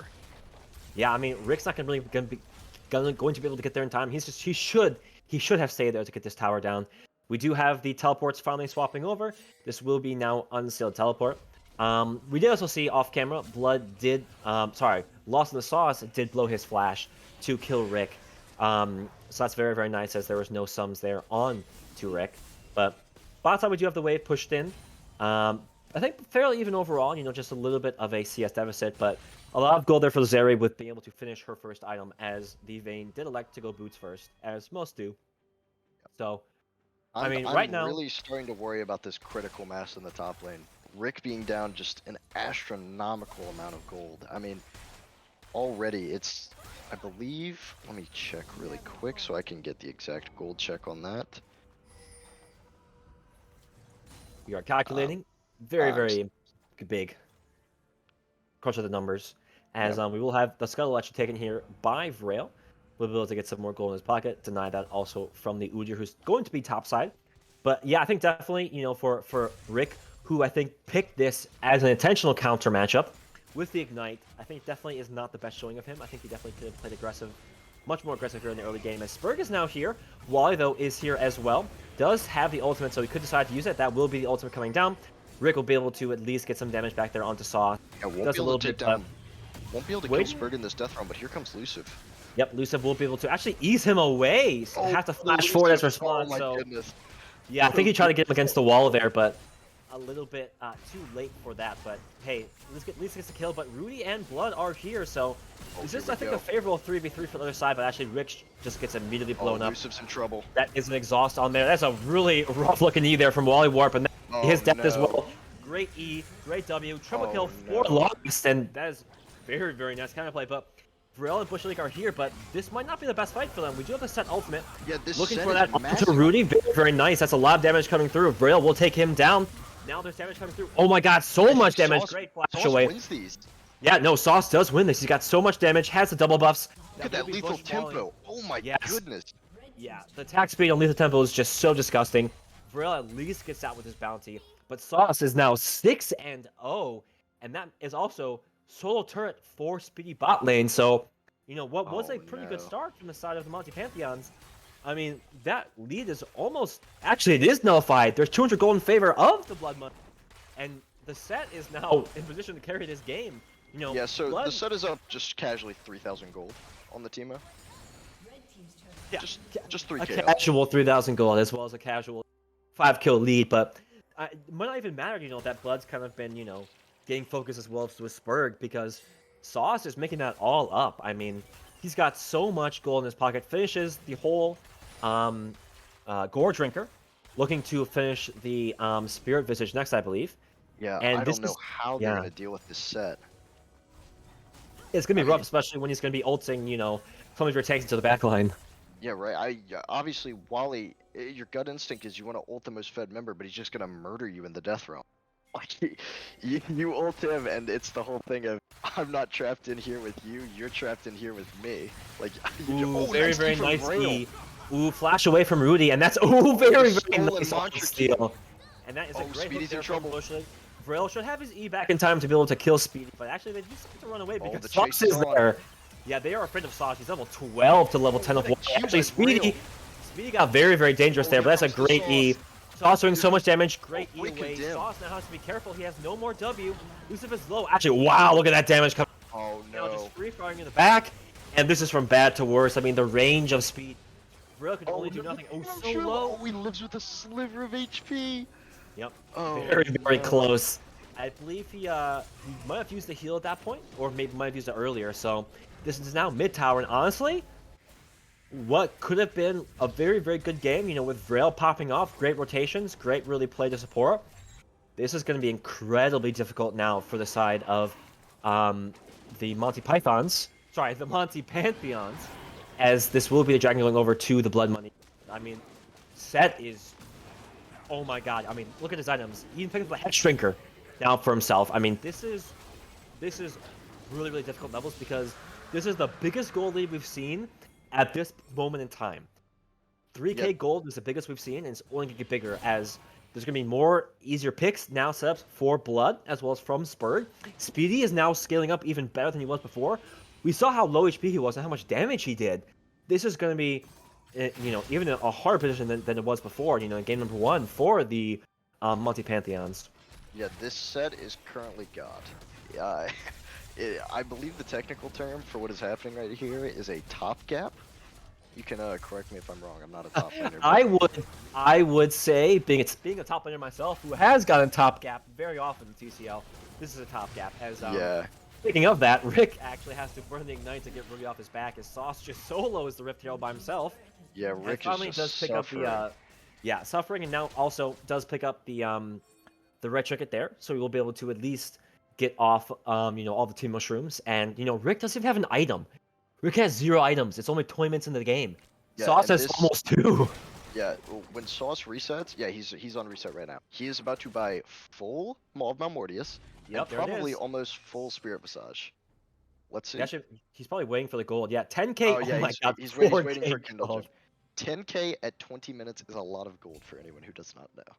That is Yeah, an and astronomical amount of gold. yeah, That should not be and possible. no, Vril it is should not 5-0, be. and he has 1,000 less than Sauce does. Yeah, and I believe the That is King of not good. no, that is not gonna end. That's also all of the damage from the side of Monty Pantheons. You know, Lucif does all true damage, so you don't really need to build armor for anything. So double magic means he can literally just live perma. If he just gets an ult onto the backline and kills Lucif, the game's just over because you can't kill him. If ever dies, this set will not die. Like it's Yeah. just unplayable. Yeah, 3 magic damage, and yeah, I mean, if he builds Anathemas too, I mean, it's just over. Oh God Um, forbid. If he builds yeah. that, God forbid what's going to happen to them. Wally Wally is is here the though with Rick, but not really. I mean, they can't really do anything here. Yeah, It's gonna be a little bit rough. Sprig is a speedy boy. And not even considering that, you have also Blood with the ultimate. So really, any fight that you might be down by number, it's going to be coming, you know, turning right back. But Lucif, at least, you know, does have his completed item, does, you know, have a little bit of attack speed here. CS is not too bad. You know, Zeri does have at least a little bit more gold because of the KP. Has 2 completed items. But, I mean, gold lead actually is just about 2k. You know, it's not terrible. It's not a terrible spot, but it's really just about the team fight because all of the gold is in the pocket of Sauce. So if they do team fight without him, that's really Rick at team fight. But if Yeah. they team fight with him, then it's probably just a loss. They have to really see things. Rudy's gonna have to flash. Oh no, Yeah, he's this is just gonna exactly what they need to one-shot. do. Sauce is not here, and that was a great pick onto Rudy, and that's kind of been the story of the game.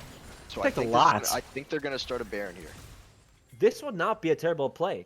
I'm not sure if they have the damage really. If this was a bait, I mean, They have obviously- Vayne. They have Vayne, Vayne, so that you right. can always do this. You have Vayne with Kraken, so you can always do Baron.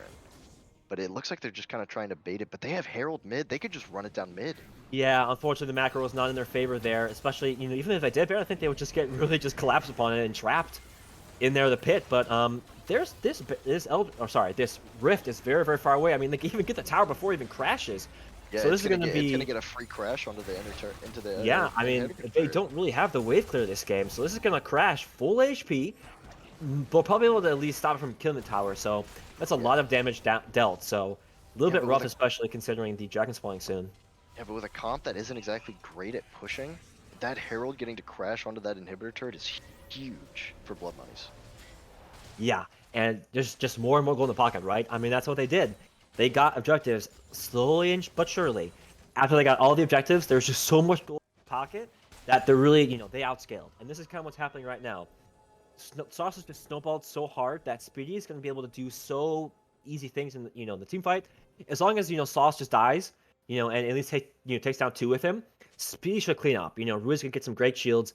Blood's got the CC for Lucifer for whoever, and as long as Vrail just doesn't pop off, this is going to be a very, very kind of easy cleanup win, I think. But I think Vrail really is the linchpin for the Monty Pantheon success. They're positioning around the dragon. They're trying to place down the vision to at least get them onto the soul point, because if they get soul point, that's great. Having Ocean Soul could win them this game.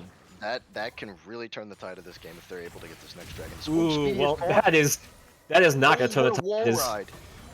But he's out of the fight, and now that is a great ultimate here from Vrail. Might actually be looking for Speedy. Does ult just a little bit south. Does burn the flash from Speedy, but Wally is pretty low. I think he is in the death realm. Actually, no, he's not in the death realm. Wally is very, very low, and actually does just get taken down by Blood. So very, very unfortunate team fight there. Vrail now might get engaged upon, Blood, but you do not so want oh this my fight. God, look at that damage there from Not just want this one fight. Q. Oh, it doesn't land. Flash W. Oh no, Speedy now. they're just gonna run him down. They're gonna get the shutdown on Speedy. Oh no. Yeah, and that guess who that goes over to? Speedy Bandito. But Lucifer actually does get one pick there onto Spurg, but he's going to be engaged upon there by Rudy. All he needs is W, flash W. Oh, with well the played by exhaust. Rudy. Ooh, very nice E, but Sauce is gonna be able to run him down. Yeah, you can't Oh, run away no. from that. You Great can run, E. but you can't hide. You can And- run, but you can't hide. Yeah, and you cannot hide away from what gold deficit, as we will see the HUD go away. That is, well, 4K gold. That's not, I mean, not really too bad, but the biggest thing is you got the shutdown onto really the only K. You got Lucifer taken off, from the fight right away. For me, it's incredibly difficult to see what kind of win con there really is for Monty Pantheons. I mean, Vrail does so much damage, stupid amounts of damage, and Wally Warp will over time, but I mean, Sauce is level 15. He outlevels most people by 2 or 3 levels. He can't die really this game. He has a team at even, not even looking to finish the Spirit Visage. So pushing this top wave, getting so much more gold. Spurg's in a fine spot. I mean, Speedy's got so much gold now. Almost has the LDR complete, only looking for probably just about 1,000 gold. And at this point, I mean, it's so rough with how they're playing it. I mean, you just really need like a hero play out of Rail to pick off Speedy or Blood, and then try to transition that to a team fight win. But I really don't know what's going to happen or how they're going to do it. Yeah, and I feel like the state that this game is in really stems from draft, if you ask me, because you draft yourself into a massive corner when you draft triple AP. Like, especially with the buffs to Maw, I just think it's really difficult. Yeah, to sort and of play around that. And I think I will also add, they did have some draft advantages. I just felt I didn't use them. If you're going to draft this team on top, you have to play to win that matchup. I don't think really played to win. Vrail obviously did very, very well. I think Wall, did, what you can definitely expect from him. He had some good moments, but I don't think they did enough. For drafting this triple AP, especially into, I think draft definitely was good and bad in some places, but they didn't really use the advantages they did have. And at this point, there is no advantage. You've got Baron up on the table. You've got full vision on their end for that control, with that pink in the pit and more vision being placed down over time.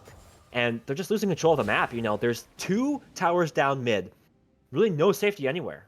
Especially considering that Blood has that that global. See, and the biggest issue for me is they don't have scaling either. Because if this set gets Ocean Soul, he can 1v5. he can Yeah. just 1v5. Like Yeah, I it's mean just you've got the scaling of Lucifer and Vrail, but it's so hard to really get into the place where all of them can be together because of the outscaling that's already happened on the other side. Blood has 2 items already. He's been doing fine.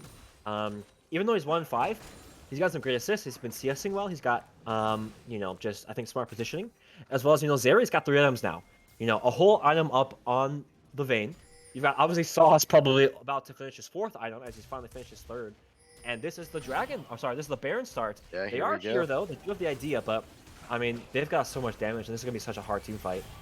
Yeah, the one thing they do have to their advantage is that they do not have a very fast Baron for the side of Team BMS. It's not very fast with Zeri. Zeri's not great at taking objectives. Yeah, and there's really no much damage elsewhere for just that consistent damage. There's so much But CC, which they is do great have for team fights. they do have scuttle control though. Yeah, and the good thing is I think they're just trying to bait, trying to look for that engage. Sauce is trying to speed up with his Q, look for that dunk, but tried to clear out that pink board. There was Rick, but just let the Baron reset. As now they're just gonna take away their own camps, and they'll probably start the Baron dance again. As now Vision gets cleared, Rudy will be able to walk up, Rudy. but Rudy. yeah, this is a potential. Ooh, Rudy. Oh, he got so lucky, but actually no, barely Vrail missed. is right there. Oh, he's just gonna one-shot him. Yep, and he even burns a flash too. Burns his flash to his death, and that's just another death from Rudy. I think definitely. He has had a few deaths like that where he's kind of gotten caught out. So I think he's got to respect the weakness of the karma support. But I think it's totally fine. His team's so strong.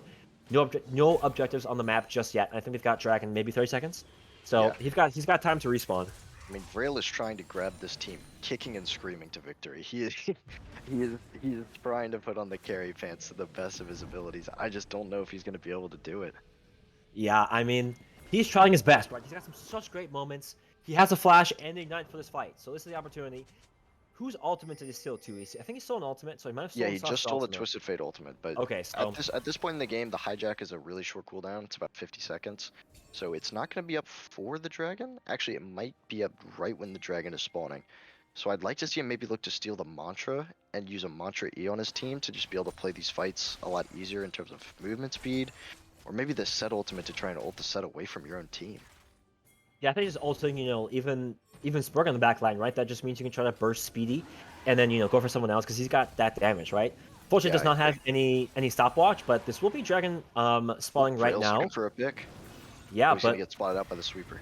it looks like they're just looking to not really fight here. They're gonna let Sauce push topside. He does have TP, so he could join this fight, but doesn't really seem like they really want to go for this. Maybe just trying to go for this Spurg's looking for a 50. steal. Yeah, Oh, it doesn't not really quite get hit it. Twisted Ooh, Fatal comes in. oh, Great three! use of volley.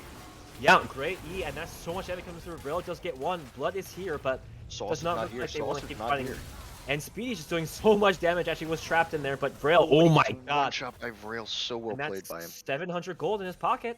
As we do have Rudy, getting away, but Sauce couldn't really do much here topside, I think, because, now Rick has a little bit more consistency and ability to sustain.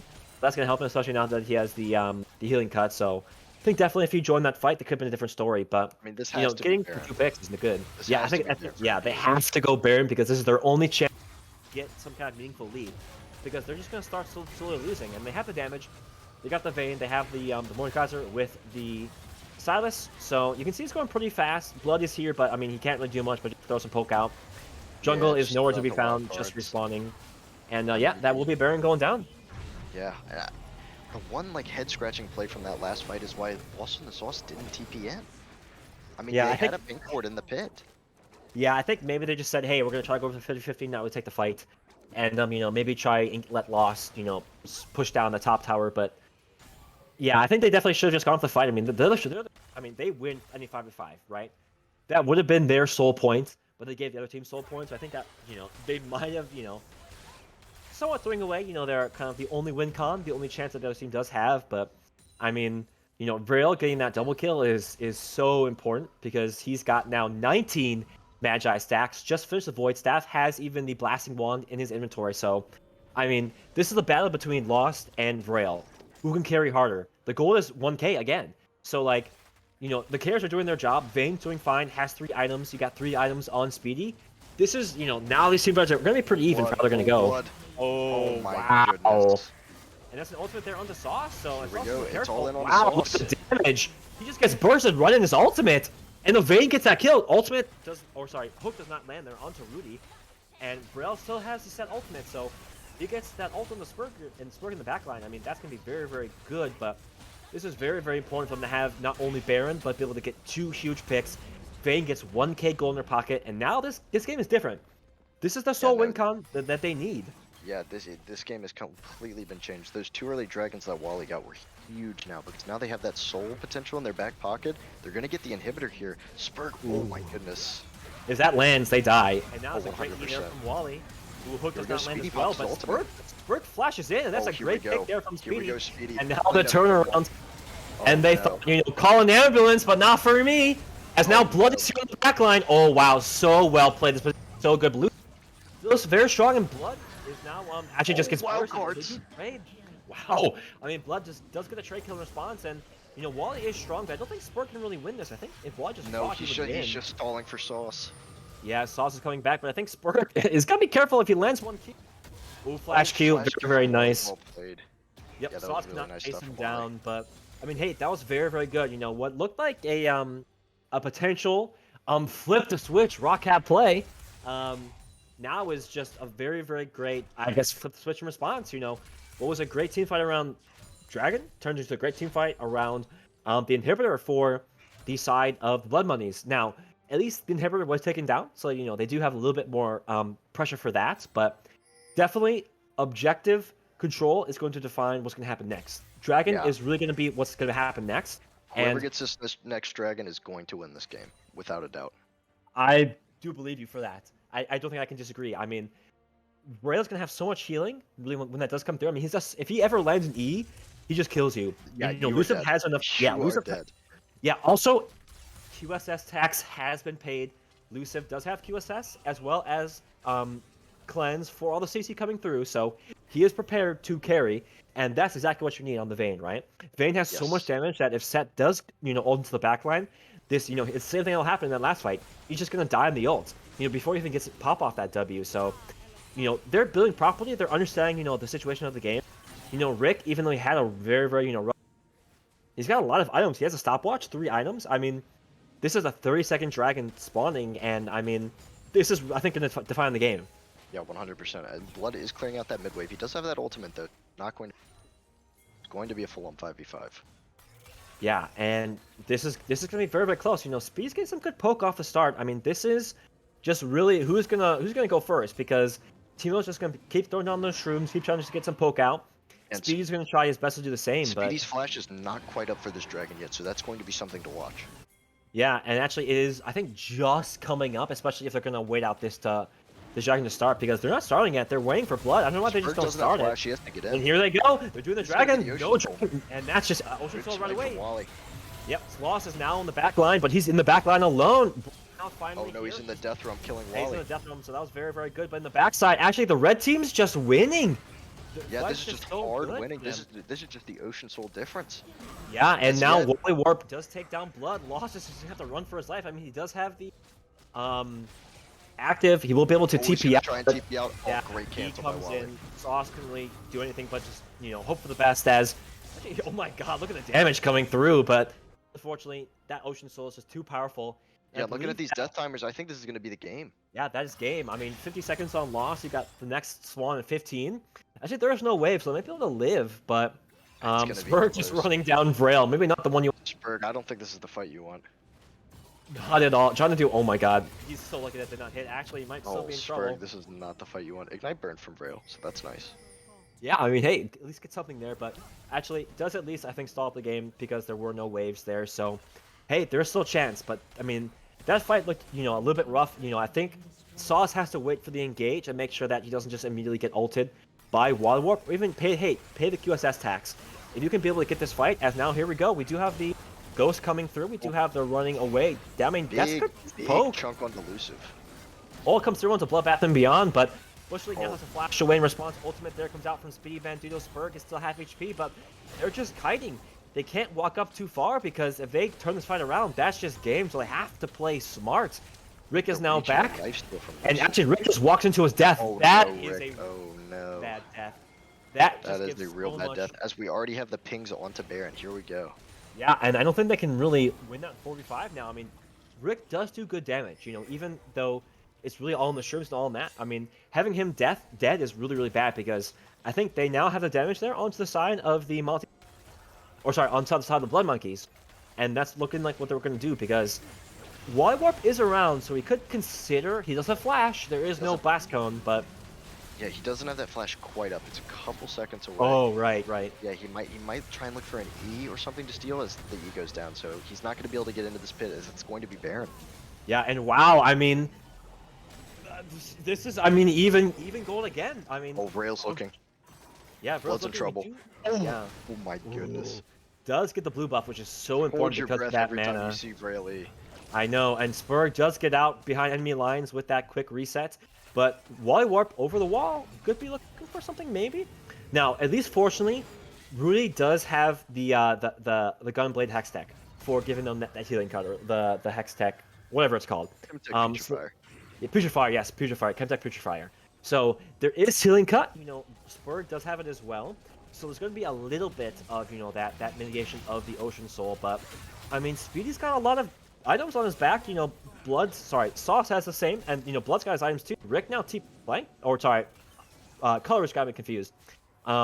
Just taking down that tier 2 top side, and I mean, this is still a very, very close game. Even though the favor is, I think, a little bit on the side of the Monty Pantheons, this could go either way depending on who just gets that better fight. Hey, you know what beats Ocean Soul? Elder Dragon. It's Yeah. 2.5 minutes. We're gonna have to see if it gets to that point. I mean, it very well could, given that Blood Monies was able to pick up this Baron. It's gonna stall this game out to the Elder, I think.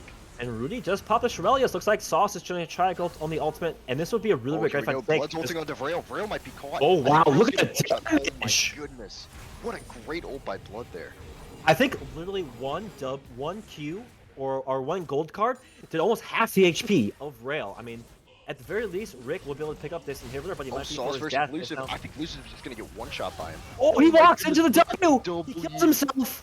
And Oh, now Sauce no. can actually win this. Sauce can win this 2-1. Sauce He does has have the shield mod. in- If his W comes back up, he could potentially Oh, he's win in the this. death realm, no. Great W, Oh, and it's it's so my close. god, look at the damage! Oh But my god, he's Sauce gonna can't Blood's get just out. gonna kill Wally when he comes out. Yep. And now he's dead, and now Lost in the Sauce can just get the easy 3v1. Oh my god!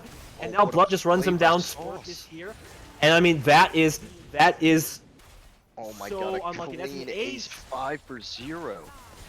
yeah, and What a game-changing fight. And this is the story of this series. Game-changing after game-changing fight. It literally goes down to the wire. You never know who's going to win. One team does, it's always bad. The pendulum always shifts. And now, with the inhibitor going down, with most likely even the top inhibitor going down. Yeah, this is gonna be double inhib in response. Yeah, and they're just going to walk down to the Elder. And then I don't know what the Monty Pantheons are going to be able to do in response to not only having these Fed members, but now with Elder. And they will, pop the Australians to get that down. And then guess what? Probably immediately walk down, Crimson Vision, steal the jungle, and then probably go run to Elder. Yeah, no, most definitely. And I'm just going to take this moment to shout out everybody in this game who was smart enough to take Gathering Storm. That would be Bloodbath and Beyond. Shout out to you, good sir. Yep. Scorch is a bad rune. Stop picking Scorch. Scorch Go is a Gathering terrible Storm. rune. Stop going these bad runes. Go Gathering Storm. Especially in this kind of, league. Yeah, this is a 40-minute game, right? Oh, Wally might be caught out. Ooh, Wally. Oh my god, guy just gets just bursted there by ripped Blood. And that is definitely That's going to be Elder going Dragon. over. Oh yeah. I mean, they could also just push that in the game, to be completely honest. 50-second death timer? They could do that, but they're going to play it smart. They go for Elder. And I playing think it at safe this is the right call point, here. I think it is well and truly Blood Money's game to lose. They have the Elder. They have everything they need. I mean, they're gonna try to stop it, and they haven't. I mean, they do have the they have to damage. try and but- fight this, but Vrail misses the E. I don't know if they can win this fight. Oh, Vrail Wow, one shot look at the again. damage. He has no stopwatch, and this is getting very, very low. Spurg is now just letting Bloodbath, or sorry, Great Sauce in the ult from Sauce. W doesn't land on anyone too much, but at least he's messing around now. Lucev does be able to get Spurg, does at least cause chaos. We do have Rail trading back onto one. Sauce gets back, but Lucev just pops off, I think that's a triple kill on his back. 3. Oh my goodness, and they're gonna get the Elder Dragon. Oh my god, and this game is not over, but Zeri's pushing for the base, but Wally Warp on his respawn is here, so I think Zeri's just gonna have to just chill. Oh, especially Zeri now almost that- just got killed by a team. Oh my She just god! That is an ace! Oh my goodness, I don't think they can end because of all the wave push in. No, they can't. They definitely can't, but I mean, wow, this game is just back and forth and back and forth. This game and is unreal. I guess they weren't confident taking the fight, and they kind of were just trying to say, hey, they're not going to fight us, but Vrail gets an important pick. I think Sauce just causes so much chaos that it just allows, Lucifer to just pop off, and this Vayne is full build. She is so strong, just does Yeah, so this Vayne much is true all damage. fine. This Rick is going to be able to take down the spot inhib. It looks like Oh it's going to my be a double inhib in God. response. We're going to have a mirrored map in terms of inhibitors. And they're still outer buff on the table. They have to be careful. If there's one that lands, this could just be game over. They could look for the end here. It's risky, but I think they should at least try and look for it, or maybe just set up for... I don't know, it's just so brutal. Oh, this game's on a knife's edge. Yeah, I think at the very least, the important thing is that they don't die and they just let it stall. Being able to just try and, get whatever they can in response. There's still camps in the jungle. Baron is not up on the table. They got 20 seconds, so they could potentially look to try and, get this back. As I believe Elder Buff should be falling relatively soon, not 100% certain, but, this is their one opportunity, really, I think, because if they do get Baron, they don't really have the wave clear for the waves, and they have to just, actually looking for a fight in your base isn't terrible, because, honestly, I think one fight with the Death Timers, with the bases open, whoever wins the next fight wins the game. Yeah, and look at that top wave. It is pushing in. No TPs and no Destiny available for Blood, but that is very dangerous. And if anybody's wondering how much damage a blue card is doing from Blood right now, it's doing 900 damage before Lichbane and Rapid Fire Cannon. And loot. And there we go. Oh my god, look how fast that just goes Baron down. is just getting melted by the Mordekaiser plus the Vayne combo. Yeah, I mean, that was less than 5 seconds. And now they have all really the pressure that they need. There is just about... Oh, actually, they're trying to take down Wally Warp. No, Very, Wally very might be good. caught. He Good should Timo be Shroom, caught. though. Yeah, he actually does get over the wall, Great too. blast cone. Spurg's going to try, but he shouldn't try too much longer because he's got team support, so... We'll be able to at least push him out. I know that the Elder is still a little bit of a remnants left, so... I mean, this is just very, very, very close. All the items are basically... This is basically even game state. All the teams have 80k gold in their pocket. There's at least Ocean Soul on the side of the multi-pantheons. This is all down to execution. If you get a good team fight, you win the game. If Bush lands a hook on any important member, game's over. If Rail lands a great E, game's over. If Sauce gets a great dunk on the backline, just gets that great W, game's over. It all just depends on who gets that fight. And here we go, running it down top. And Blood is looking for Microscopic Rick here. Just cleaning up that mid wave. Yeah, I mean, they're going to try to get all 3 inhibs. That's definitely the play to go for. Just try to let the minions do the job. But with there is at least coming through. Behind. It looks like he is caught. He's just going to get one shot by Vrail. Yeah, and that could spell defeat for them. I think they tried to go for the setup. Timo Shrooms were just set up everywhere, so they really couldn't get anywhere far. And now Vrail and Rick are here in the mid lane.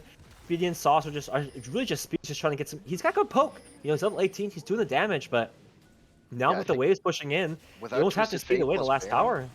Yeah, this is just gonna be triple NF going down. And it's gonna be so hard for them to be able to do anything. Now, I don't think the game ends here because I think they can stall. They do have the ability to just CS the waves, maybe just give away the last. But that's a great E onto Speedy. Speedy's gonna have to get away. Ultimate does land on. Speedy's in the death realm versus Wally. He's winning it. So the backline, he's doing the damage, but he's getting taken down by the Vayne. And now no, there's just not enough damage. damage. Gonna take down 2. Warp does go into the stasis. He will be able to take down Speedy on the very end. Berg is doing what he can to Rail. Rail's, oh my god, a W heal. Now really nothing. But watch his base go down into shambles. What a banger game. We're going to game 3. They almost dive him in the fountain. But yeah, game number 2 goes over to multi-pantheons, and this is game number 3 on the horizon. Holy cow. What an insane game. Whew. I kind of need to take a breath after that one. Yeah, I mean, that was just so... I mean, I think definitely from what we've seen in the TCL, I think, over time, and what we've, seen from just player development, I think these are definitely very, very, very strong teams. There's a reason, why they're not only the top spot, potentially third seed. They're both playing the macro so well. They're both really taking these really great fights. They're understanding how these champions play and scale into the game. And it's just really, really, I think, good league being played right now. Obviously, not perfect by stretch of the imagination. We're not pros here, but I think it's definitely very, very fun league, and that's what's the best part. So, I mean, if we take a look at these damage charts. Luciv and Vrail just off, and Vrail I think is going to be the MVP of the series for me if they do, because he's always been doing his job every single game. He's really been the reason why these games are just not just absolute one-sided on against him. Yeah, But Vrail's been absolutely insane in this series. Even in the game they lost on Lux, he is the sole reason they were even in it.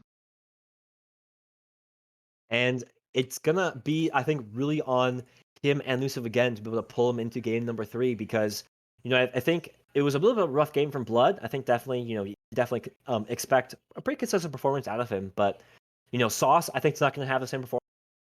Fed a ton, and obviously very, very great there from Speedy. I think he's always super solid, and I think for that it's just going to be I think definitely a lot of mistakes happened in the just allowed almost the Blood Money to just win out. So if they clean up the mistakes for the Monty Pantheons, this could be a much different story. I mean, you and even in the gold charts, I mean, literally 6K gold swing almost the whole entire game, almost like every 5 minutes, the gold league changed, and I will not expect anything different from game number 3. I predicted the Blood Monies to win. I don't know anymore, because from what I thought was going to be a difficult game for them, they played really, really well, and this is going to be, I think, a very, very exciting game number 3. All right, and we are going to wrap it up and take a little break, and we will be back shortly with game number 3.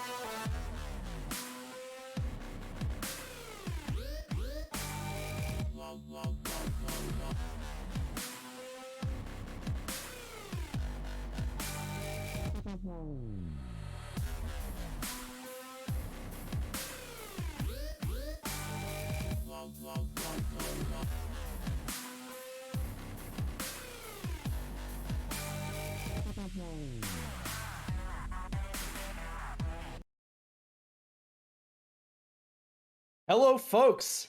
Welcome back to TCL MPH versus BMS. You have A Barn here. I am joining the desk to save all of you from probably the worst microphone of all time, and I very am much sorry for that. But Sir Aaron, thank you for joining. Appreciate you being on the cast. This has been a great series to watch so far. I've been having a hell of a time. Fruge, how are you doing tonight? I'm good. It's just been an absolute banger, dude. Like every game is just nonstop action. I don't know who's gonna win. Well, I have high expectations for this one. I was enjoying this series. I was eating my sushi. I was compelled to come and be a part of this after watching the crazy fiesta that we were given over the past, I don't know, hour and a half. And game three predictions are live. We're about to enter Champ Select. What do you think we're going to see from both teams? Uh, I Mordekaiser is going to be pick banned. If it's not picked, it's going to be banned. Like there's no way that champion goes to one side or the other without it being just extremely high priority. I expect another strong performance by. I'm sorry. Lost in the Sauce. He played immaculately last game, but it sadly just wasn't enough. Same with Ray. He has been a hard carry throughout this whole series. You know, I am curious, and I missed some of the analysis here. What was up with the Mordekaiser jungle? Yeah, the Mordekaiser jungle is definitely a head scratcher. It didn't really have a huge ton of impact in any fight pre 25 minutes, but in those last couple fights, and especially in the Ocean Soul defining fight, he was able to ult Mordekaiser and keep him in the death realm. So, I mean, I guess if it works, it works, you know? It does. I sure do guess that could happen. Spurg MVP wanting to show up for this game right here. Bloodbath and Beyond with a uncharacteristic, very poor showing last game. Vrail just totally took over, and honestly, Vrail has played an incredible series up until this point. The person who did not show up until the very end of last game, Lucive. Yeah, Not so great first game. Showed up as a Vayne as you would Vayne late game. What do you expect to see from him? Well, I think he is finished with his Evelyn cosplay. I think he's moved on.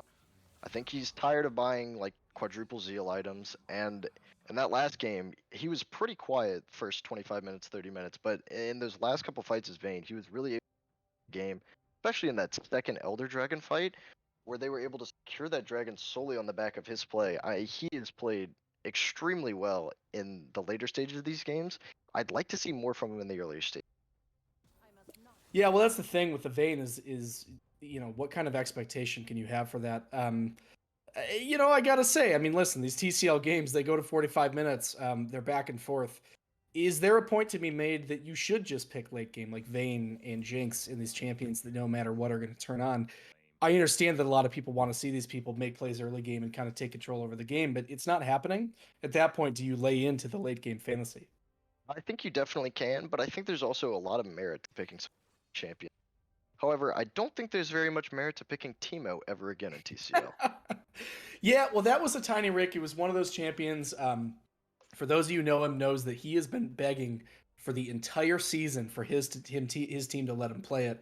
He finally got to play it, and I gotta say, I don't think it showed up. What do you think? Yeah, the one time where it was noteworthy was when a stray shroom was able to kill Speedy Bandito by the luck of the Irish, given St. Patty's Day is coming up. And I'd really like to see Rick on something like a Trump. I think he needs to move towards these like tankier tops as the Mordekaiser is secured for Lost in the Sauce again. Yeah, well, again, the thing with the Teemo and Tiny Rick has a unique way of playing it. He wants to pick Dark Harvest, and then he picks the Leandries and the Demonic, which like I don't know. The point of it is he wants to lay shrooms and have people run into him late game and get like, you know, 2/3 their HP. The problem is that Teemo is supposed to be a champ that just absolutely demolishes lane. You have to get a lead or the champion's just completely useless. And when you play that Here we build, go. it's a late game That's an early game fantasy. champion. That is Samira Nautilus. Speedy Bandito with the Samira. Zeri picked away from him and he had the Samira lined up, and I'm really appreciative of that pick. Yeah, I really love that Elusive and Bush have stolen the Karmazeri bot lane, and I love their response to it. Pick an aggro lane that will just stomp them in the face if you ever get hit by a hook. Correct. It really does. Scion picked up here by. Do we still get to call him Tiny Rick, or is he officially changed on to Microscopic Rick? I don't know. I think whatever you're feeling, microscopic Rick, tiny Rick, mega Rick, it's whatever you're Mega feeling. Rick, Large Rick, Pickle Rick. Well, Pick. Rick picking up the Scion. A champion he's played a little bit of. He notably, I do not believe, has been picking the Hullbreaker, which is the most common build right now going on from the Scion. They do put him on the full tank, and he plays it relatively well. It does look like he's going to be picking back into the Mordekaiser from Lost in the Sauce. And anyone who knows that lane knows that that is a great lane for Mordekaiser. Yeah, it's You not save very E for when fun. it queues. Yeah, I mean the moment that you use your Scion decimating smash while the pull is up from Mordekaiser, Mordekaiser just wins the entire fight.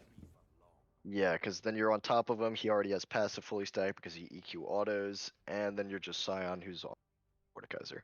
And that's not a fun time. However, there is something noteworthy where if Scion is coming out of his ultimate and Sauce tries to ult him, there's actually an invulnerability frame that not a lot of people know about, where if you try to do it as Sauce, the Mordekaiser ult just gets completely canceled. So, I'm sure Sauce is practiced and prepared oh, to utilize that I'm mechanic sure in Sauce the is middle of this practicing. game. What you'd be surprised by is that the amount of people who do it by accident, Well, namely right. me. Wally Warp here, by the way, locking in the Diana, a champion that he really favored at the start of the season. He hasn't been picking it as much. He is ready to go back into it, and the question is what will Vrail pick to follow it up? So I would love to see a Yasuo. I would absolutely love to see Diana Yasuo. I would. I don't think Vrail I think has it's the a pipe dream. cojones to pick I it. know. I don't think it's pipe dream. I know it's a pipe dream, but more than likely, what do Is we have this mid? oh, Ahri mid. sorry. And Yasuo would be a great matchup into Ahri, but I think Vrail is probably going to default to. It looks like the Silas has been banned away small. Thank the Lord that absolutely took over last game, and yep, the Lux in response does make a lot of sense, but we'll see if he ends up locking that in. Yeah, Lux into the Ari. He played it really, really well game one. He tried just about as hard as he could. Still took the loss, but the amount of times I saw the one shot in the rise Rise. will be locked in against the Ari Okay. here. All right. And I actually, the Rise changes that came through make him shift away from the tank build with Frozen Heart plus Force of Nature. So we're going to see a heavy AP Rise build into a big, beefy frontline comp. So this Rise should put in a lot of work. Yeah, well, between Mordekaiser, the Jarvan, the Nautilus, all these melee champions right in front, just being able to consistently spread the flux onto that, he is going to be able to build the AP as you said.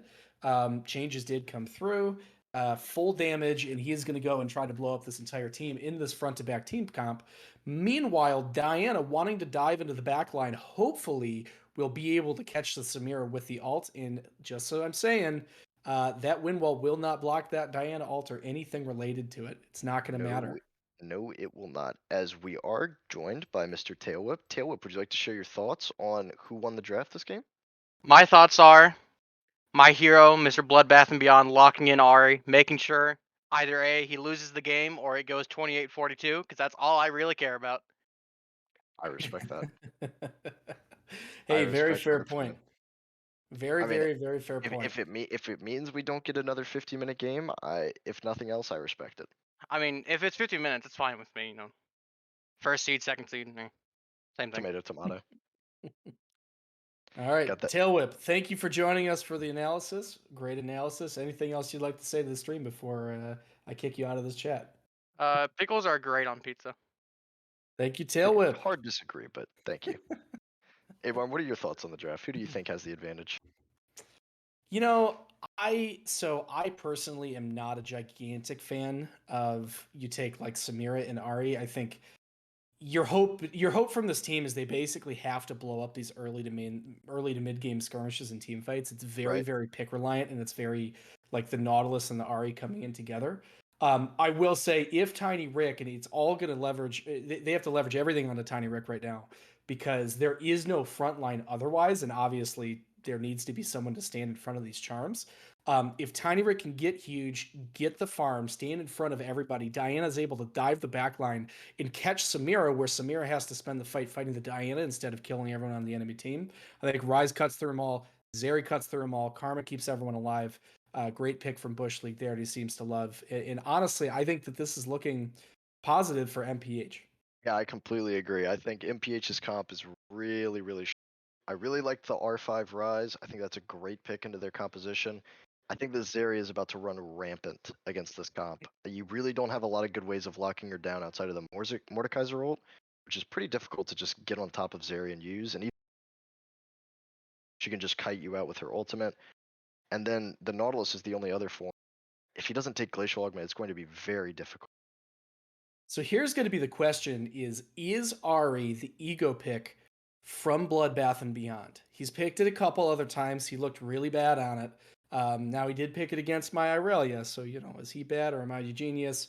We'll see in the playoffs. But he didn't look good. He missed the charms. It's a pick that he has not played a ton after that. And the question here being, is him pulling it against Rail's Rise, who Rail plays a lot of Rise. And Rise is capable of making a lot of team plays happen. If the Ari doesn't get the picks, doesn't find the solo kills, doesn't get rolling, I think it just isn't going to look good for Blood's team here. No, not at all. If this Ari falls behind, this game could be curtains very, very. And I would actually argue, are all of Blood's picks not ego picks? That is a fair point. Just about everything that Blood does holistically is ego. Vladimir, Twisted Fate, Well, Gangplank. TF, I tend to appreciate because, I think it's like the Chad TF player versus like the V word Yasuo or whatever player. Like that you can carry from good macro and good team plays. I do love that whenever Blood picks that pick, he always does the full AP build and just does the full one shots. Yes. That part's pretty cool. But yeah, I mean, I don't see that like. Vladimir, I don't know. It's a Blood pick. Like, he has his style of champion. Everyone knows the way that he plays. It just is what it is. Like, the Vladimir, or rather the Twisted Fate, like, he's a pretty good macro player. He's the team leader. He's able to make calls, go up and make these ganks. I just don't see it the same way with Ari. He has to solely pop off and find these picks for his team. And if he doesn't, it's just a worse chant for everything else. No, definitely. And he's opting into the Ignite, too. So if he falls behind at all in this lane, has to take a bad bait timer, it could be just really, really. Yeah, it sure could. And this is going to be the start of our game here. A typical 5-point stack for both teams. Spurg stepping up and memeing, wanting to tilt the warp himself. Get out there with a little bit of attitude. And we love that from Spurg. He is the MVP after all. Yep. Wally, 1 of 2 on his Qs this game. He's already grabbing the mental edge over Wally. Gotta appreciate that. Me too. Yeah, he's trying to ruin the mana sustain up there. It's all part of the plan here. Yeah, it's very, very big brain stuff. Very big brain stuff. As only one early ward coming down, it is Bush League's ward in that pixel brush in the bot side river, just to spot out if Spurg is going to look for any early invades or anything. But mirrored starts for the junglers. I like that Cyan is just standing at his top turret right now. He's As we have- I bet that this was a DC from Cyan. Yeah, because this he's been may sitting be there. a DC. He's been sitting at that top tower for probably the last like 30 seconds. I was gonna say I didn't see him in the tri brush, so either he himself a plate of food, refilling his water, or his internet crapped itself. Well, And he's it gonna seems come like the back latter. poised, calm, ready to play. Hopefully this pause doesn't last long. Yep, the pause does no. not last long. Easy fix, not bad. Gotta yeah. love that. Yeah, nothing on chat. We are back in the game. It was quick, and we're ready to play some gosh darn League of Legends. Yeah, so Spurg is going to, I believe, do a full clear because he's pathing down to those Krugs. Sorry, we've been paused here, producer. I believe you just have to wait. Sometimes Yeah, it's I just a believe thing this that is happens. after pauses. Yeah, it's a fairly common bug. The League Spectator client isn't exactly the best as we, but I will have to shout it out because they somehow fixed the champion port game. I don't know when that happened, but No, it's still off. I'm looking at it right now. It's just a couple pixels off. Oh, really? Yep. Yeah. Oh. Non-refined eyes. You're right. Rick's Non-refined just a little eyes such as yours, I would not expect. What can I say? I'm an old man. As the I will admit it's actually I believe it's all the other ones that are off too. If you look at this, actually the spacing's just off everywhere. huge Lost in early the fight in the top lane. sauce, going in for a little bit of a suspect trade, probably walking into that Scion. Well, the pull does come through. I there's the wish pull. she should have kept taking that. He had the minion wave advantage. Tiny Rick just standing there taking all these minions. So he's still doing it. I don't know if I agree with this. You're going to take about 200 health worth of HP, and you are, yeah, I don't know. Don't do this. He's already out of corrupting potion stacks, interestingly, because of that. So, oh my goodness. I'd hope that he's trying to set up for Wally to come gank, but Wally more than likely got spotted out by Blood's ward on his Raptors. Well, So he knows he's on the red buff. And Bovie's doing the right thing here. He's making sure that he saves his E for when the Scion wants to go in for the decimating smash. Except for that classic caster curse. As Wally is pathing up here. And Saul seems to have an idea. Should know this. Yes, Saul should have an idea of this happening. Yeah, his pull. What's the pull from Mordekaiser? Death's Grasp. Death's Grasp. Back up again, and he should be looking to use it. Meanwhile, on the bot lane here, Zeri getting a little bit ahead on farm, and I think a little bit of this has been pushing from Samira. They got the push back onto this right now. This lane, I don't know. Tell me, it's been a little while, and I haven't played too much Zeri. Who should win this lane? Well, if Nautilus hits hook, Speedy and Rudy win this lane very hard. If they don't, it's a really, really, really... Oh, Spurg chasing up. Wally Warp right here stays. Does not complete the back. This is a great trade for Sauce. Coming in on to Microscopic Rick. Both flashes coming through. Spurg, both of them onto Wally Warp. He's completely in trouble. He needs to take a little bit more damage. Flash out Tiny Rick with the decimating smash to protect his teammate.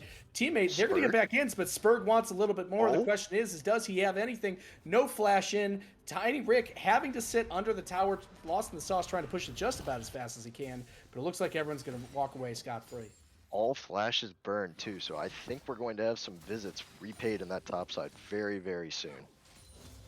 I would like to see that. We got a lot of summoner spells down already. Lost in the sauce, looking like he might even be teleporting back to this, and they might just go right back at it. Yeah, and Blood, surprisingly holding his own so far, getting some nice little shoves in on this Ahri. Gonna crash this wave and should probably look for a reset given he doesn't have teleport. Yeah. And cast the curse. Fight in the bot lane. We do have a bit of a little skirmish in the bot lane, nothing doing. Yeah, that would have been a really intelligent move by Blood right there, who actually is walking for a deep ward. But yeah, we would have wanted to see him take that back. And just for any new mid laners here, when you've pushed that big of a wave, it's going to slow big trade on Elusive. Oh, big pull on Elusive. Gets ignited, has to flash out. Wally Warp coming in. He is a level 4 Diana. Nothing much that he can do, and there's not a lot of hard CC. Flash. He's got to be careful about getting turned around on if he goes for a gank right now. Yeah, he just wanted to make sure his team wasn't going to get gone on with no support. Very, very true. Now the question is maybe do you want to show in that situation? Probably not. That's Diana, it is. You're not really a champion until level 6, whether you want to think you are or not. Then you're really a champion. Yeah, then you're an absolute problem of a champion. But until that point, you're not really a champion. But in this bot lane, without Luciv having flash at 6, Rudy can easily look for a flash depth charge, and that could be a really easy confirmed kill on the bot lane. Yeah, we'd like that. And Speedy Bandito on the Samira with those resets, they want to come take these fights, take them quickly, and take them over and over again. Looks like right here that the MPH bot lane is trying to execute it back. Rudy doesn't know if he wants to let him do it. I wouldn't let him do it. Yeah, I would not let them do it, and I would freeze this wave here to make them think that the jungler could be bot side, as they're just going to insta-shove it. It's okay. They're just going to bounce the wave back into them, maybe trying to push into their turret and look for a recall of their own to put them on a bad back timer. Well, the opportunity here is for Rudy to walk up with this wave state going the way that it is and find this hook. I think he should be doing it right now. Yeah, definitely. He can really look to zone Luciv here without that flash. And I guess we don't know where the Diana was, but you saw her. You have to probably assume she's walking back towards her top side. And, of course, that's where she was. Yeah, definitely. Just CS leads across the board. Everything's pretty even. Pretty minuscule lead in the top lane, but that's expected. And a counter Rail matchup. looking, Rail is looking for a possible ult bot. Realm Warp potentially coming. He is looking for it, but they are potentially sussing it out. Oh, Realm yeah, Warp is there's going the to Realm come. Warp. The Q has missed. Rudy flashes out right here. Speedy Goody, Bandito Speedo. used the wind wall, and nothing is coming from it, but they do get both flashes out of it. Yeah, well done by Speedy to use his E straight through Vrail. Didn't quite get the perfect angle to where he wouldn't have to burn flash because of that good flash by Bush League to get the tether. But all flashes burned in the bot lane. Now this is really favored, in my opinion, towards the side of Blood Monies, actually. Really is right here. Bloodbath and Beyond. Unfortunately, the very early RE damage, especially without the Lost Chapter, isn't going to be able to find a whole lot there. But this lane and the game here gets a lot worse, or I should say a lot better for the Rise as it goes on. The flash is going to come through. An absolutely brilliant play by Bloodbath and Beyond, but does he have the damage to follow it up? The Frail flashes the tail end of the Q there, and he's actually going to survive. Oh my goodness. Great play by Blood here. He's going to make him lose at least a whole wave based on this shove and his mana pool. Oh man, that was a really nice flash charm over that minion wave. He like kind of threaded the flash, if that makes sense. If he would have had a little bit more mana, I think he might have been able to R, and despite even Vrail's flash, might have been able to kill him. Oh, you're right. He actually didn't use his R. Yeah, that's really sad. Yeah, but without his flash being up, this could be a free gank for Spurg and Blood in the future. I would like that. Lost in the sauce going a little bit low here. Tiny Rick finding the good end of the trade on that. I do think that Sauce needs to buy, and once he notably, Sauce did save his TP last time, so he does have the. Do you still call it TP advantage after the TP changes? I guess teleport's just such an odd summoner spell now. It's lost all of its power in my opinion. I think it's really beneficial to take things like Ghost and other summoner spells like that and just look for good backtimers instead, as we do have Dragon started up. Yeah, you have Rudy and Speedy, both of which are pushed up, and they're trying to get, and Lucid is under there, and at no point do they ask, well, where is the enemy team, and why Wally is has there his any flag back here? up. The ult is going to come through, depth charge right here, Spurg over the wall, is great able to find the follow. EQ2 onto it, a brilliant play, he's going to be able to find the Cataclysm on top of them. Is he going to die? It looks like Bloodbath and Beyond over the wall, wants to find a charm onto Bush League right here, great damage from Blood, finds the charm, ultimately onto the Vrail on the bot lane, 2 kills right here, Spurg! MVP able to flash over the wall and stay over that. The Triumph will keep him alive. Little more ult damage from Bloodbath and Beyond, and he will get that final kill. A brilliant play from Blood Monies. Oh my god, what a brilliant play from the tandem of Blood and Spurg there. That was just absolutely absurd. Spurg predicting the flash from Wally, where following him with the EQ and one-shotting him, and then Blood following him over the wall with his ultimate and just being able to clean up the flashless bot lane. That was a great play by Spurg. It just absolutely. Wait, oh, Tiny Rick, no! Oh, Rick might be in some real trouble here if Death's Grasp is up. He is. The Death Wrath does come through. The ultimate is available from Sauce, but he's actually a little too afraid to use it. Yeah, he's a little scared to pull the trigger. So Rick's just going to TP back. He's not really in any real danger. What's the analysis there? Do you think that he thought that Tiny Rick was going to I don't know, ult away and... I'm not quite sure what he was thinking, but I think if you're Sauce, you can definitely look for a Flash R there. You have the minion wave, so you can just look to easily Q Rick with the isolated Death Realm area, and I think that should have been a pretty... I mean, I wouldn't say easy kill for Sauce, but I think he definitely could have secured a kill there if he played a little bit more aggressively. Well, everyone here knows that Sauce is bringing the dad energy. With the dad energy, it's all about not taking unimportant risks. Play the game you need to play, and know that you're gonna find the advantage you need to find anyway. No reason to risk something silly. And I think that's what happened there. I see. As yeah, now Sauce is really gonna be able to just force the issue in this lane now that he has the Leeching Leer. It just Wally is moving up here for a gank, but Spurg is also here. Yeah, we do have, and Wally is seen right here. I don't think he knows that he's been seen. And look at Spurg. If we could go to the team fight view to get a view of the whole screen right here. Meanwhile, Vrail might be in some trouble. Vrail's not a flash. Oh, Bloodbath and Beyond. Okay, the depth charge is going to come through. It is going to cancel the Realm Warp. The charm's going to hit. That's going to be all the damage going onto him right there. Great play by Bush League. Rudy.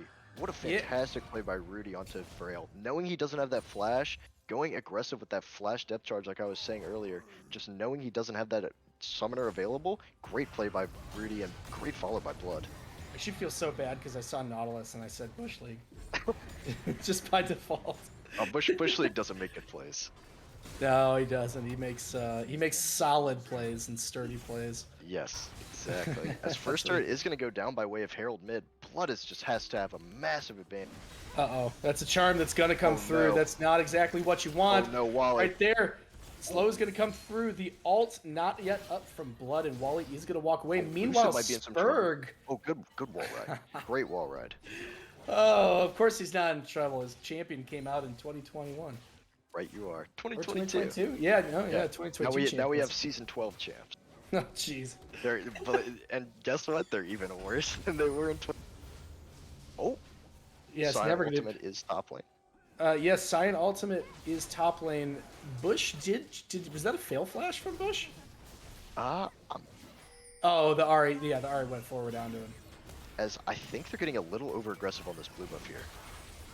Does Oh, get over great aggressive. charm. They Great charm canceled the onto moon dash. Wally Warp. Goes through right here. Wally still has the ult up, but the Cataclysm's going to come down. They want to find the fight, but no. Wally still has plenty of damage left. They are going to go through. Speedy going crazy. Oh, what a hook. Speedy has the ult. The hook from Rudy. Brilliant damage onto everybody right here. Bush League still on the edge of this fight. Rail looking like he wants something. He is caught out on some kind of vision. Bloodbath and Beyond not able to find him, and it looks like they're going to walk away. Oh my god, I thought that was going to be a doomed fight for the side of Team Blood Monies, but Blood had an insane charm to cancel Wally's dash. It basically just took the wind out of their sails for any engage they could have had. Yeah, it was nice. And oh, they were able to still one-shot Spurg by the end of it, because Spurg was a little bit low. Uh-oh, Tiny Rick caught out of here. Lost in the Sauce does flash in. He doesn't do damage quite fast enough to be able to stop him. He's going to keep chasing him down. A big shield's going to come out of it. Tiny Rick does not have the ult. Remember, he used it on his way up. Lost in the Sauce, trying to chase this Will, the Death Grasp, whatever the heck it's called. Oh, it's I already Solo knew Bolo? this. He does able to find it. The solo queue does come Bolo. through. Looks like it's gonna Wally be a Warp trade. does not have ult up. He does have challenging smite, but the trade will come through. Enough damage is there, and that will be the trade kill going on to Wally Warp. Rick is typing in all chat, #worth. I got assist gold. In all Yeah, that's honesty, all you need. he did get lost in the Sauce's ultimate. He had to trade his own flash. Oh, not the he best actually got the scenario. kill. No, the Scion got the kill. Yeah, the Scion did get the Yeah. kill. And it looks like that is going to be the Dragon, though, because of Wally's attention topside for the side of Team Blood Monies. Will be, and that's what you have to do. Sometimes it happens where the jungler goes top, gets the return, go make the best of it, and it looks like Blood Monies just did. And it is 15 minutes, and we have a 5k gold lead. Wait, is this Triumphant Rise? I don't believe so. What skin I'm is not this? sure. Maybe Championship? Maybe that is Yeah. Triumphant Rise. Someone in chat, Tranimal would know. This is where Tranimal in chat has to remind you that he's won like Triumphant Rise like 3 times or something. I know he's in chat, so he'll be able to tell us if this is Triumphant Rise. That is not indeed Triumphant Rise. Is not Triumphant Rise. That is not Triumphant Rise. Damn it. I just looked at it. I just looked up the skin spell. Not Triumphant Rise. I think it's. okay. Yeah, Triumphant Rise does have a little bit of a look to it. It's got a weird look to it, honestly. It looks more human, if anything. If anybody Got knows it. the human Rise skin, yeah. Not to be confused with Young Rise, which It's a very rare Rise skin, but it's not a very good looking one, to be completely honest. It's aesthetically, it's very not visually appealing. yeah, but hey, Sort of a weird flex, but okay. it kind of is. Oh, this is great. Blood's team up almost, I guess, 5.5k almost at this point, and this game's not going to get any easier. And what I will say is, this is exactly what you need. You need to be finding these picks over and over and over again. And I don't see a really easy way for MPH to be able to level this game out and slow the game down. Neither do I, and importance in terms of tiebreakers. If they're able to close out this game quickly, it could have massive implications on whether they get the 1 seed or the... That is true, and it is really important. Because they lost last game, it will not be included on the list of their 1 game. So if they were to win this one, especially if they were going to be able to do it fast, they might even be securing themselves a top seed in the TCL playoffs. Yes, and I believe the exact game time is 28:42 that they have to end before, if they're able to continue the pressure they've exerted so far. It is 28:42 to get them below Pickles on Pizza. Yes. Yes, I believe that is what it was. And I believe Pickles on Pizza still has another game to play. So, correct? No. Pickles. Pickles yeah, is locked in? Yeah, they're locked in. So tomorrow we have the Mariachi Mullets versus What's a WinCon, and then we do have the game that everybody is most excited for. We've got What's a WinCon versus Burnt Circuit Cleanup. That is going to be Thursday. We are trying to convince the captains to play blind pick. There might be a little bit of a benefit to getting the 5th seed over the 6th seed. Look at me saying this as if I know that we're going to beat What's a WinCon tomorrow. Although either way, I think They could figure out what a WinCon is by tomorrow. You never know. They could. The question is at that point, are they tied with MPH? Yeah, no, they're locked into either 5th or 6th, because even if they win tonight and they win on Thursday, if What's a WinCon does, oh, well, it doesn't matter. Wally Warp right now going in on the gank. Too scared of lost the sauce. Why even come topside at that point? I don't think you can go in there if you're Wally. If you try and E on to him as the Diana, you just get insta death realmed, and that is not a fight you want to pick. No, it sure isn't.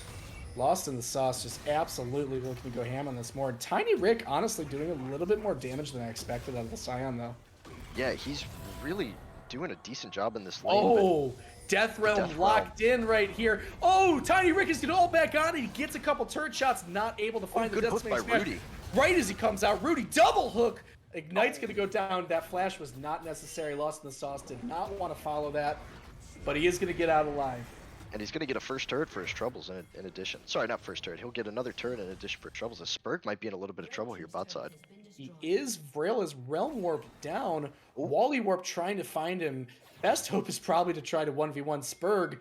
Oh, he Looks might be like able he's to just execute. going for the execute. Yeah, Wally he's doesn't going. have flash. He's playing a little game of what ring around the rosy and just buying a lot of time Tiny for Rick, his team look to at- push that top side. Oh, Tiny Rick, Rick, come Tiny on, man. Rick. Tiny Rick, can he do it? Wait, Spurg could have died. Oh, the Spurg, execution's well gonna go done. through for well Spurg. Done. Well done by Spurg, recognizing that he could not get out. There's no way, and just being able to execute and give a little bit of XP to Tiny Rick there. Oh, Spurg, well done, well found. Unfortunately, Tiny Rick spawns and goes straight topside. If he would have just walked towards the Jarvan right upon spawn, he actually would have gotten a free kill there. However, the implication for Spurg getting caught there is that this is going to be an objective bounty and another dragon going to the side of Team MPH. You know, that's a really good point. This is a really important objective right here. They are very far down. TP has come over the wall for this. from Lost in the Sauce, who doesn't have a way over this wall is the only issue.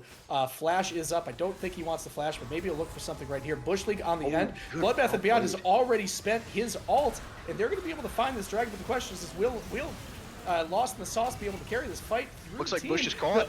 Yeah, well, Luce's been caught too. Rudy finds a brilliant hook on Elusive. He does have to flash over the wall, but Spurg is on the backside. He does come from spawn. He's using the Cataclysm. Speedy to clean cleaning up too. Yeah, Speedy cleaned up. Spurg goes and finds Luciv. Now Microscopic Rip right on top is just going to get stunned down. All the CC down. Now TP out. Rudy? The final great TP not going to be found, and this is going to look like a wipe right here 5 for 0 from Blood ace. Monies. That is an insane fight. Who cares if you lose the Objective Bounty Dragon? You killed everyone, and you're going to probably get an inhibitor turn for your trouble.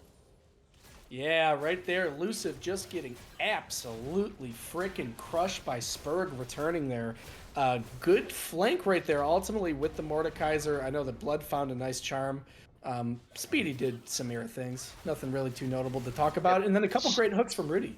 Spinning to win, and the Demacian standard is going down to give their bonus attack speed for hitting that turret. Well done by Spurg, and it also gives him an easy way out if he needs it. Well done by production from calling out the Demacian standard. That's great. Oh man, as they are going to look for a reset here and spin their wallets, and this is going to be a huge item spike for. It absolutely sure is. And this game is looking less and less winnable here by MPH, who are now 10k gold down, only at 21 minutes. And let me tell you, it only gets worse from there. No, it is not going to get any easier for them. I think Baron is going to be in the eyes of Blood. I think they know the implication of closing this game out fast, and I think they're going to look for it. So this has been called out a few times, and I know this is the big thing. Old man Luciv right here with the Trinity Force build. I did believe that had been that people weren't building that anymore. Is that true? No, Trinity Force is still the build. Never mind. Trinity Force is pretty widely, oh my goodness, widely regarded as the correct build, but in terms of the recent nerfs to Zeri, I don't think anyone has a great... Oh, Frail might be in some trouble. Oh, he does find the Realm Warp out. Right here, Tiny Rick looks like he's a little bit caught. He does use the ult onto it, Lost in the Sauce, able to find him into the Death Realm. The question is he going to be able to find enough damage? He is going to be coming out of it right now. Rudy finds a great hook. Great job, Rudy. Although the Diana does come in, find the ult onto everybody. Lost in the Sauce trying to get away. A return kill off of a great ult from Wally, and that will be a 1-for-1. I mean, if you're hard losing, the only thing you could hope at this point, that went about as well as it could have gone for. Oh, it sure did. Flash Charm barely misses, but it doesn't matter. Yusuf obliterated. Absolutely smoked on that play. Wally Warp also caught out, and this team is not going to be having any fun. It does look like this is going to be a push for an inhibitor, potentially even more, off of a great play and great damage from Bloodbath and Beyond. Goodness, Blood is putting all of our doubts to rest, as it looks like they're turning towards Baron via the pinks. Yeah, this is where the top tier analysis, don't give the inhib, it gives free gold and XP. I don't know if I totally believe that garbage, especially TCL. But that is the call here. They're going to go for the Baron. They do want to go back and buy. And it looks like the team is going to just group 5 and end the game. It's just a Civic comp. You know, a lot of people have their gripes about taking early inhibitors. I think any inhibitor post 20 minutes is beneficial for your team to take because it completely opens the door to take a Baron Nashor. And I think people do have the right idea of a pre-20 minute inhibitor being detrimental because it funnels a ton of golden experience onto carries and just everyone on the entire team. And yes, it is incredibly foolish to take it early, but post 20 minutes, it's completely fine to take an inhibitor. Yeah, well, it looks like they are going to go for the safer play, which is their guaranteed Baron. At this point, the team does group up. I believe the TP is up for Lost in the Sauce. There is a dragon coming soon in 45 seconds. Personally, I think you ignore the dragon. You just run it down as 5, get an RE Charm, get a Nautilus Hook. But it looks like they're going to be surrounding themselves around this dragon to, I guess, take the slow and steady choice. Yeah, and the tortoise and the hare is a story well known by many, but slow and steady doesn't win the race case for the side of Team Blood Money. They need to close this game out within 4.5 minutes or their playoff seeding is going to be in peril. And they know this. They definitely know this. And via their comp, I think they'll be able to close out this game very soon if they're able to keep performing. Vrail caught again. It has to use the Realm Warp out to make sure he isn't CC'd.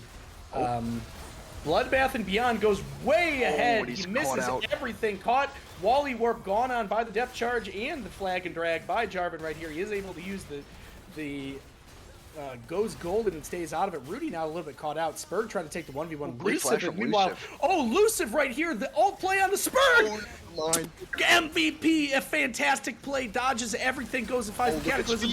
Meanwhile, Rudy, Speedy going absolutely ham versus 1v3. Finds 1, about to find 2, about to find 3. That is Speedy Bandito with the 1v3 triple kill and an incredible play by Speedy Bandito. Oh, what a play by Speedy to clean everything up. They're going to net 2 inhibitors off that. Speedy with the game-winning play, an absolute freaking genius. I love to see it. Great play by Speedy, who's just been taking over this game. Oh, Speedy has played absolutely amazing in this game. Shifting away from the Zeri Karma lane that they've been playing the last 2 games of the series, opting for a more aggressive bot lane, it's paying massive dividends, showing they can and they are flexible enough to play different styles. He is, and I'm wondering if this game is starting to go to the end. The question is who do you begin to talk about for the MVP of this? I know my choice, and I don't want to get too tied down into recency bias of what's going on in this game. Well, we know production has his choice. What do you think? My personal thoughts, I won't dive into the recency bias. I think Speedy played incredibly throughout the series, and obviously this game he's had a completely standout performance, but I think Lost in the Sauce's performance in the last 2 games cannot go unspoken for. They have to be noted. He was the sole reason they were winning, and he just barely faltered in being able to carry for his team. I think he is the clear cut for MVP. Yeah, I think he is too. That is my choice. Speedy with the great triple kill, and I do love to see it. I think he played incredible. he did make a couple mistakes in the earlier games, getting a little too far ahead, trying to make a play, flying too close to the sun, and his wings burn down, and he dies, and he Yeah. loses, especially last game. Luckily with Samira, you want to fly close to the sun. You want to fly into their entire team, spinning to win. So, oh, great charm by Blood, and that's just gonna be a one shot. Ooh, that is damage. The charm goes down, and Bush League getting caught out. Not a usual thing to see from Bush League, but he goes Bush down. has assumed Rudy's place of being the caught karma from the last 2 games. Now Bush knows how it feels caught out of karma game. He sure does. That does happen, and Bush is looking like it's like the dragon, like the 3 dragons meme, except in this case it's just Rudy's karma versus Bush's karma. Yes. Bush's karma is the silly looking one. You know, you think if you play on a team called Mantra for half a season, you think you'd understand a little something about it? You'd think you'd learn a couple things. Here we go. Oh, right here, Tiny Rick with the brilliant decimating smash. He goes in with the perfect engage. You can't ask for more. Lost the sauce does have to flash out. Able to find 2 more. Tiny Rick is going absolutely insane, but Speedy Bandito going absolutely freaking crazy on this fight. Able to find the ult, able to find some resets. Tiny Rick did perfectly. Bloodbath and Beyond on the back line. Elusive with a nice little dodge. Able to find him. Can Elusive carry this? Can he? Speedy Bandito goes absolutely freaking insane. He finds another kill, and that's going to be the end of this game. Oh, Speedy, you are wild, my brother. They actually have to finish this. Will they have enough time? They have 20 seconds. It is Oh so my close. Goodness, it's going to go down to the wire. I think they're going to get it. Yeah, to beat him in the seed, they have to be able to get it as fast as possible. Oh my goodness, and they Will this beat be him it? by 3 seconds. Oh my goodness, what an insane series. Oh my God. cow. What a finish. I believe that is it, and I do need to see the time of the post game to check out this tiebreaker right here. All right, let's see. Goodness. Yeah, let's see. 28-41. 28-41. So for everybody in chat, the break-even point where BMS and Pop were going to be exactly tied in average game time across all of their won games for the entire season is if BMS won that game in 28-42.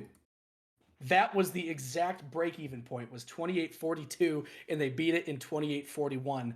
And they secure by 1 second. I mean, really, you know, I don't know, like a tenth of a second, I guess, at that point. They secure a seed higher than Pop in this postseason. Is this league scripted? What an insane series. Oh my God, that is absolutely incredible. Oh God. I mean, there's so much to talk about, but I want to get Bovie in here ASAP to talk about his thoughts. I need to hear from that man now. Yeah, I think that we absolutely need to hear from Bovie on this particular one. Yeah, it's unquestionable. I think if we just pull it in, we're just gonna expect that he'll be ready for it. Bovie, you are here. You showed an incredible series. Some great plays on set game 2. Awesome Mordekaiser on game 1 and 3. You're absolutely juiced with the dad energy here, and you're joining us here as the series MVP. How do you feel after that game? I feel good. I don't feel like I necessarily deserve it, but that might be mostly because of my game 2 choices and decisions. But yeah, I mean overall, I think the whole team did fantastic. Game 1, I mean, I think I just did my job. You know, I got kind of fed, and that's about it. But I really think Speedy was the reason we won game 1. To be honest, he was like going nuts, and I accidentally stole his pentakill, which was a bummer. But game 2, that was we all know what happened there. That was we don't need to talk about that too much. So but, yeah, what's up? Game 1, super back and forth. That top lane fight where Speedy went in and got caught by the Lux one shot, and you were able to turn the tide by getting that a one shot of your own, killing 2 carries instantly with your EQ. Can you talk Oh, me that through was like fun. what that Oh, fight that was was like? close. Yeah, no, that was real fun. That I did not. I don't know. I sort of figured, Luciv is the kind of player who would step up in that situation and try and kill me, and he just didn't really know that I had my E up. And so I figured, like, you know what? I'm just gonna turn fuck it. Either I'm gonna die or I'm gonna kill Luciv, and that's all I tried to do. It worked. So, speaking of which, were you watching the stream and did you hear the thing about the 1 second? No, I don't break the rules in this league. I do not watch the stream. Yeah. So, are you aware of the whole tiebreaker situation?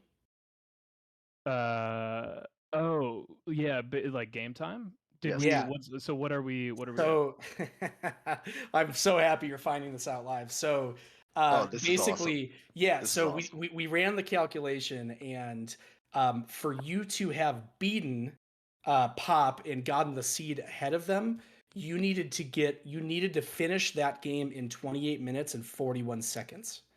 Or sorry. You had to finish in 28 minutes and 42 seconds. And so we finished in. Oh shit! You finished in 28 and 41. Yes. Oh, no way. You literally finished 1 second before the break even. Literal photo finish. Dude. Yeah, you secured the seed over Pop by 1 second. Oh Yes. man, that's hype. Yeah. Yeah, Yeah. Oh so- yeah. So wait, what does that mean? That puts us at what, second place guaranteed? So yes, so you are at least second place. It is going to depend on tomorrow. Yes. And we basically have a certain time to be. Right now, our average game time is 31 minutes and 13 seconds. And so we have to do better than that. Damn. Well, I mean, if there's one thing I know, it's that you definitely will crumble under the pressure. So I'm feeling pretty good about our seat. This is good. I like it. Absolutely. This was fantastic. What do you want to say for your team? This was your last regular season game of the regular season. You're going to be going to the playoffs. I just one thing I want Jaws to know that I am not just an Urgot one trick, because that was the reason he did not give me MVP like 2 matches ago. And I want him to know that I hopefully prove that I can play at least one other champ besides Urgot in this series. So that's Hey, that's a all I fair want to point. know. That is a And very then fair in the point. rest, I mean, honestly, I do think, I mean, just heading into playoffs, so I played, this is my 3rd season out of the 4 that we've had, and this is definitely the strongest team I've ever been on. It's such a better vibe, and I've just really enjoyed this entire season a lot. So I'm glad I've been able How do you to feel make it about work. how do you feel about having a kid and how that's helped you with your vibes in game? Dad buff is real. I It's- think it's a real thing. It stepped up your gameplay because I it looks think like it. so. It I looks think like it. so. I don't know. I think it's stepped up my attitude a bit, and I don't know. I feel like I don't get. I get tilted. The guys will say I went like 2 and 23 yesterday in like over the course of 2 games, I think. And I got super tilted, but I don't know. In these matches, I feel like I've kept my composure a little bit more. So maybe that's what the dad buff is. Who knows? Yeah. Hey, well, great series. You guys really pulled out the win in a fantastic, strong finish. Thank you for joining us as the series MVP. An incredible fellas. showing here from BMS. Hope you had fun. Yep. Thanks, guys. Yeah. Yeah, thanks for joining us.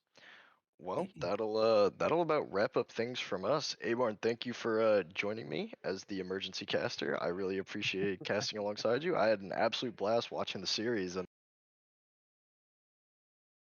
Well, you cut out for the. You've cut out. You've gone totally muted. But I it's think fun you were to talking about. fun to watch, fun to cast. Thanks for coming. There you go.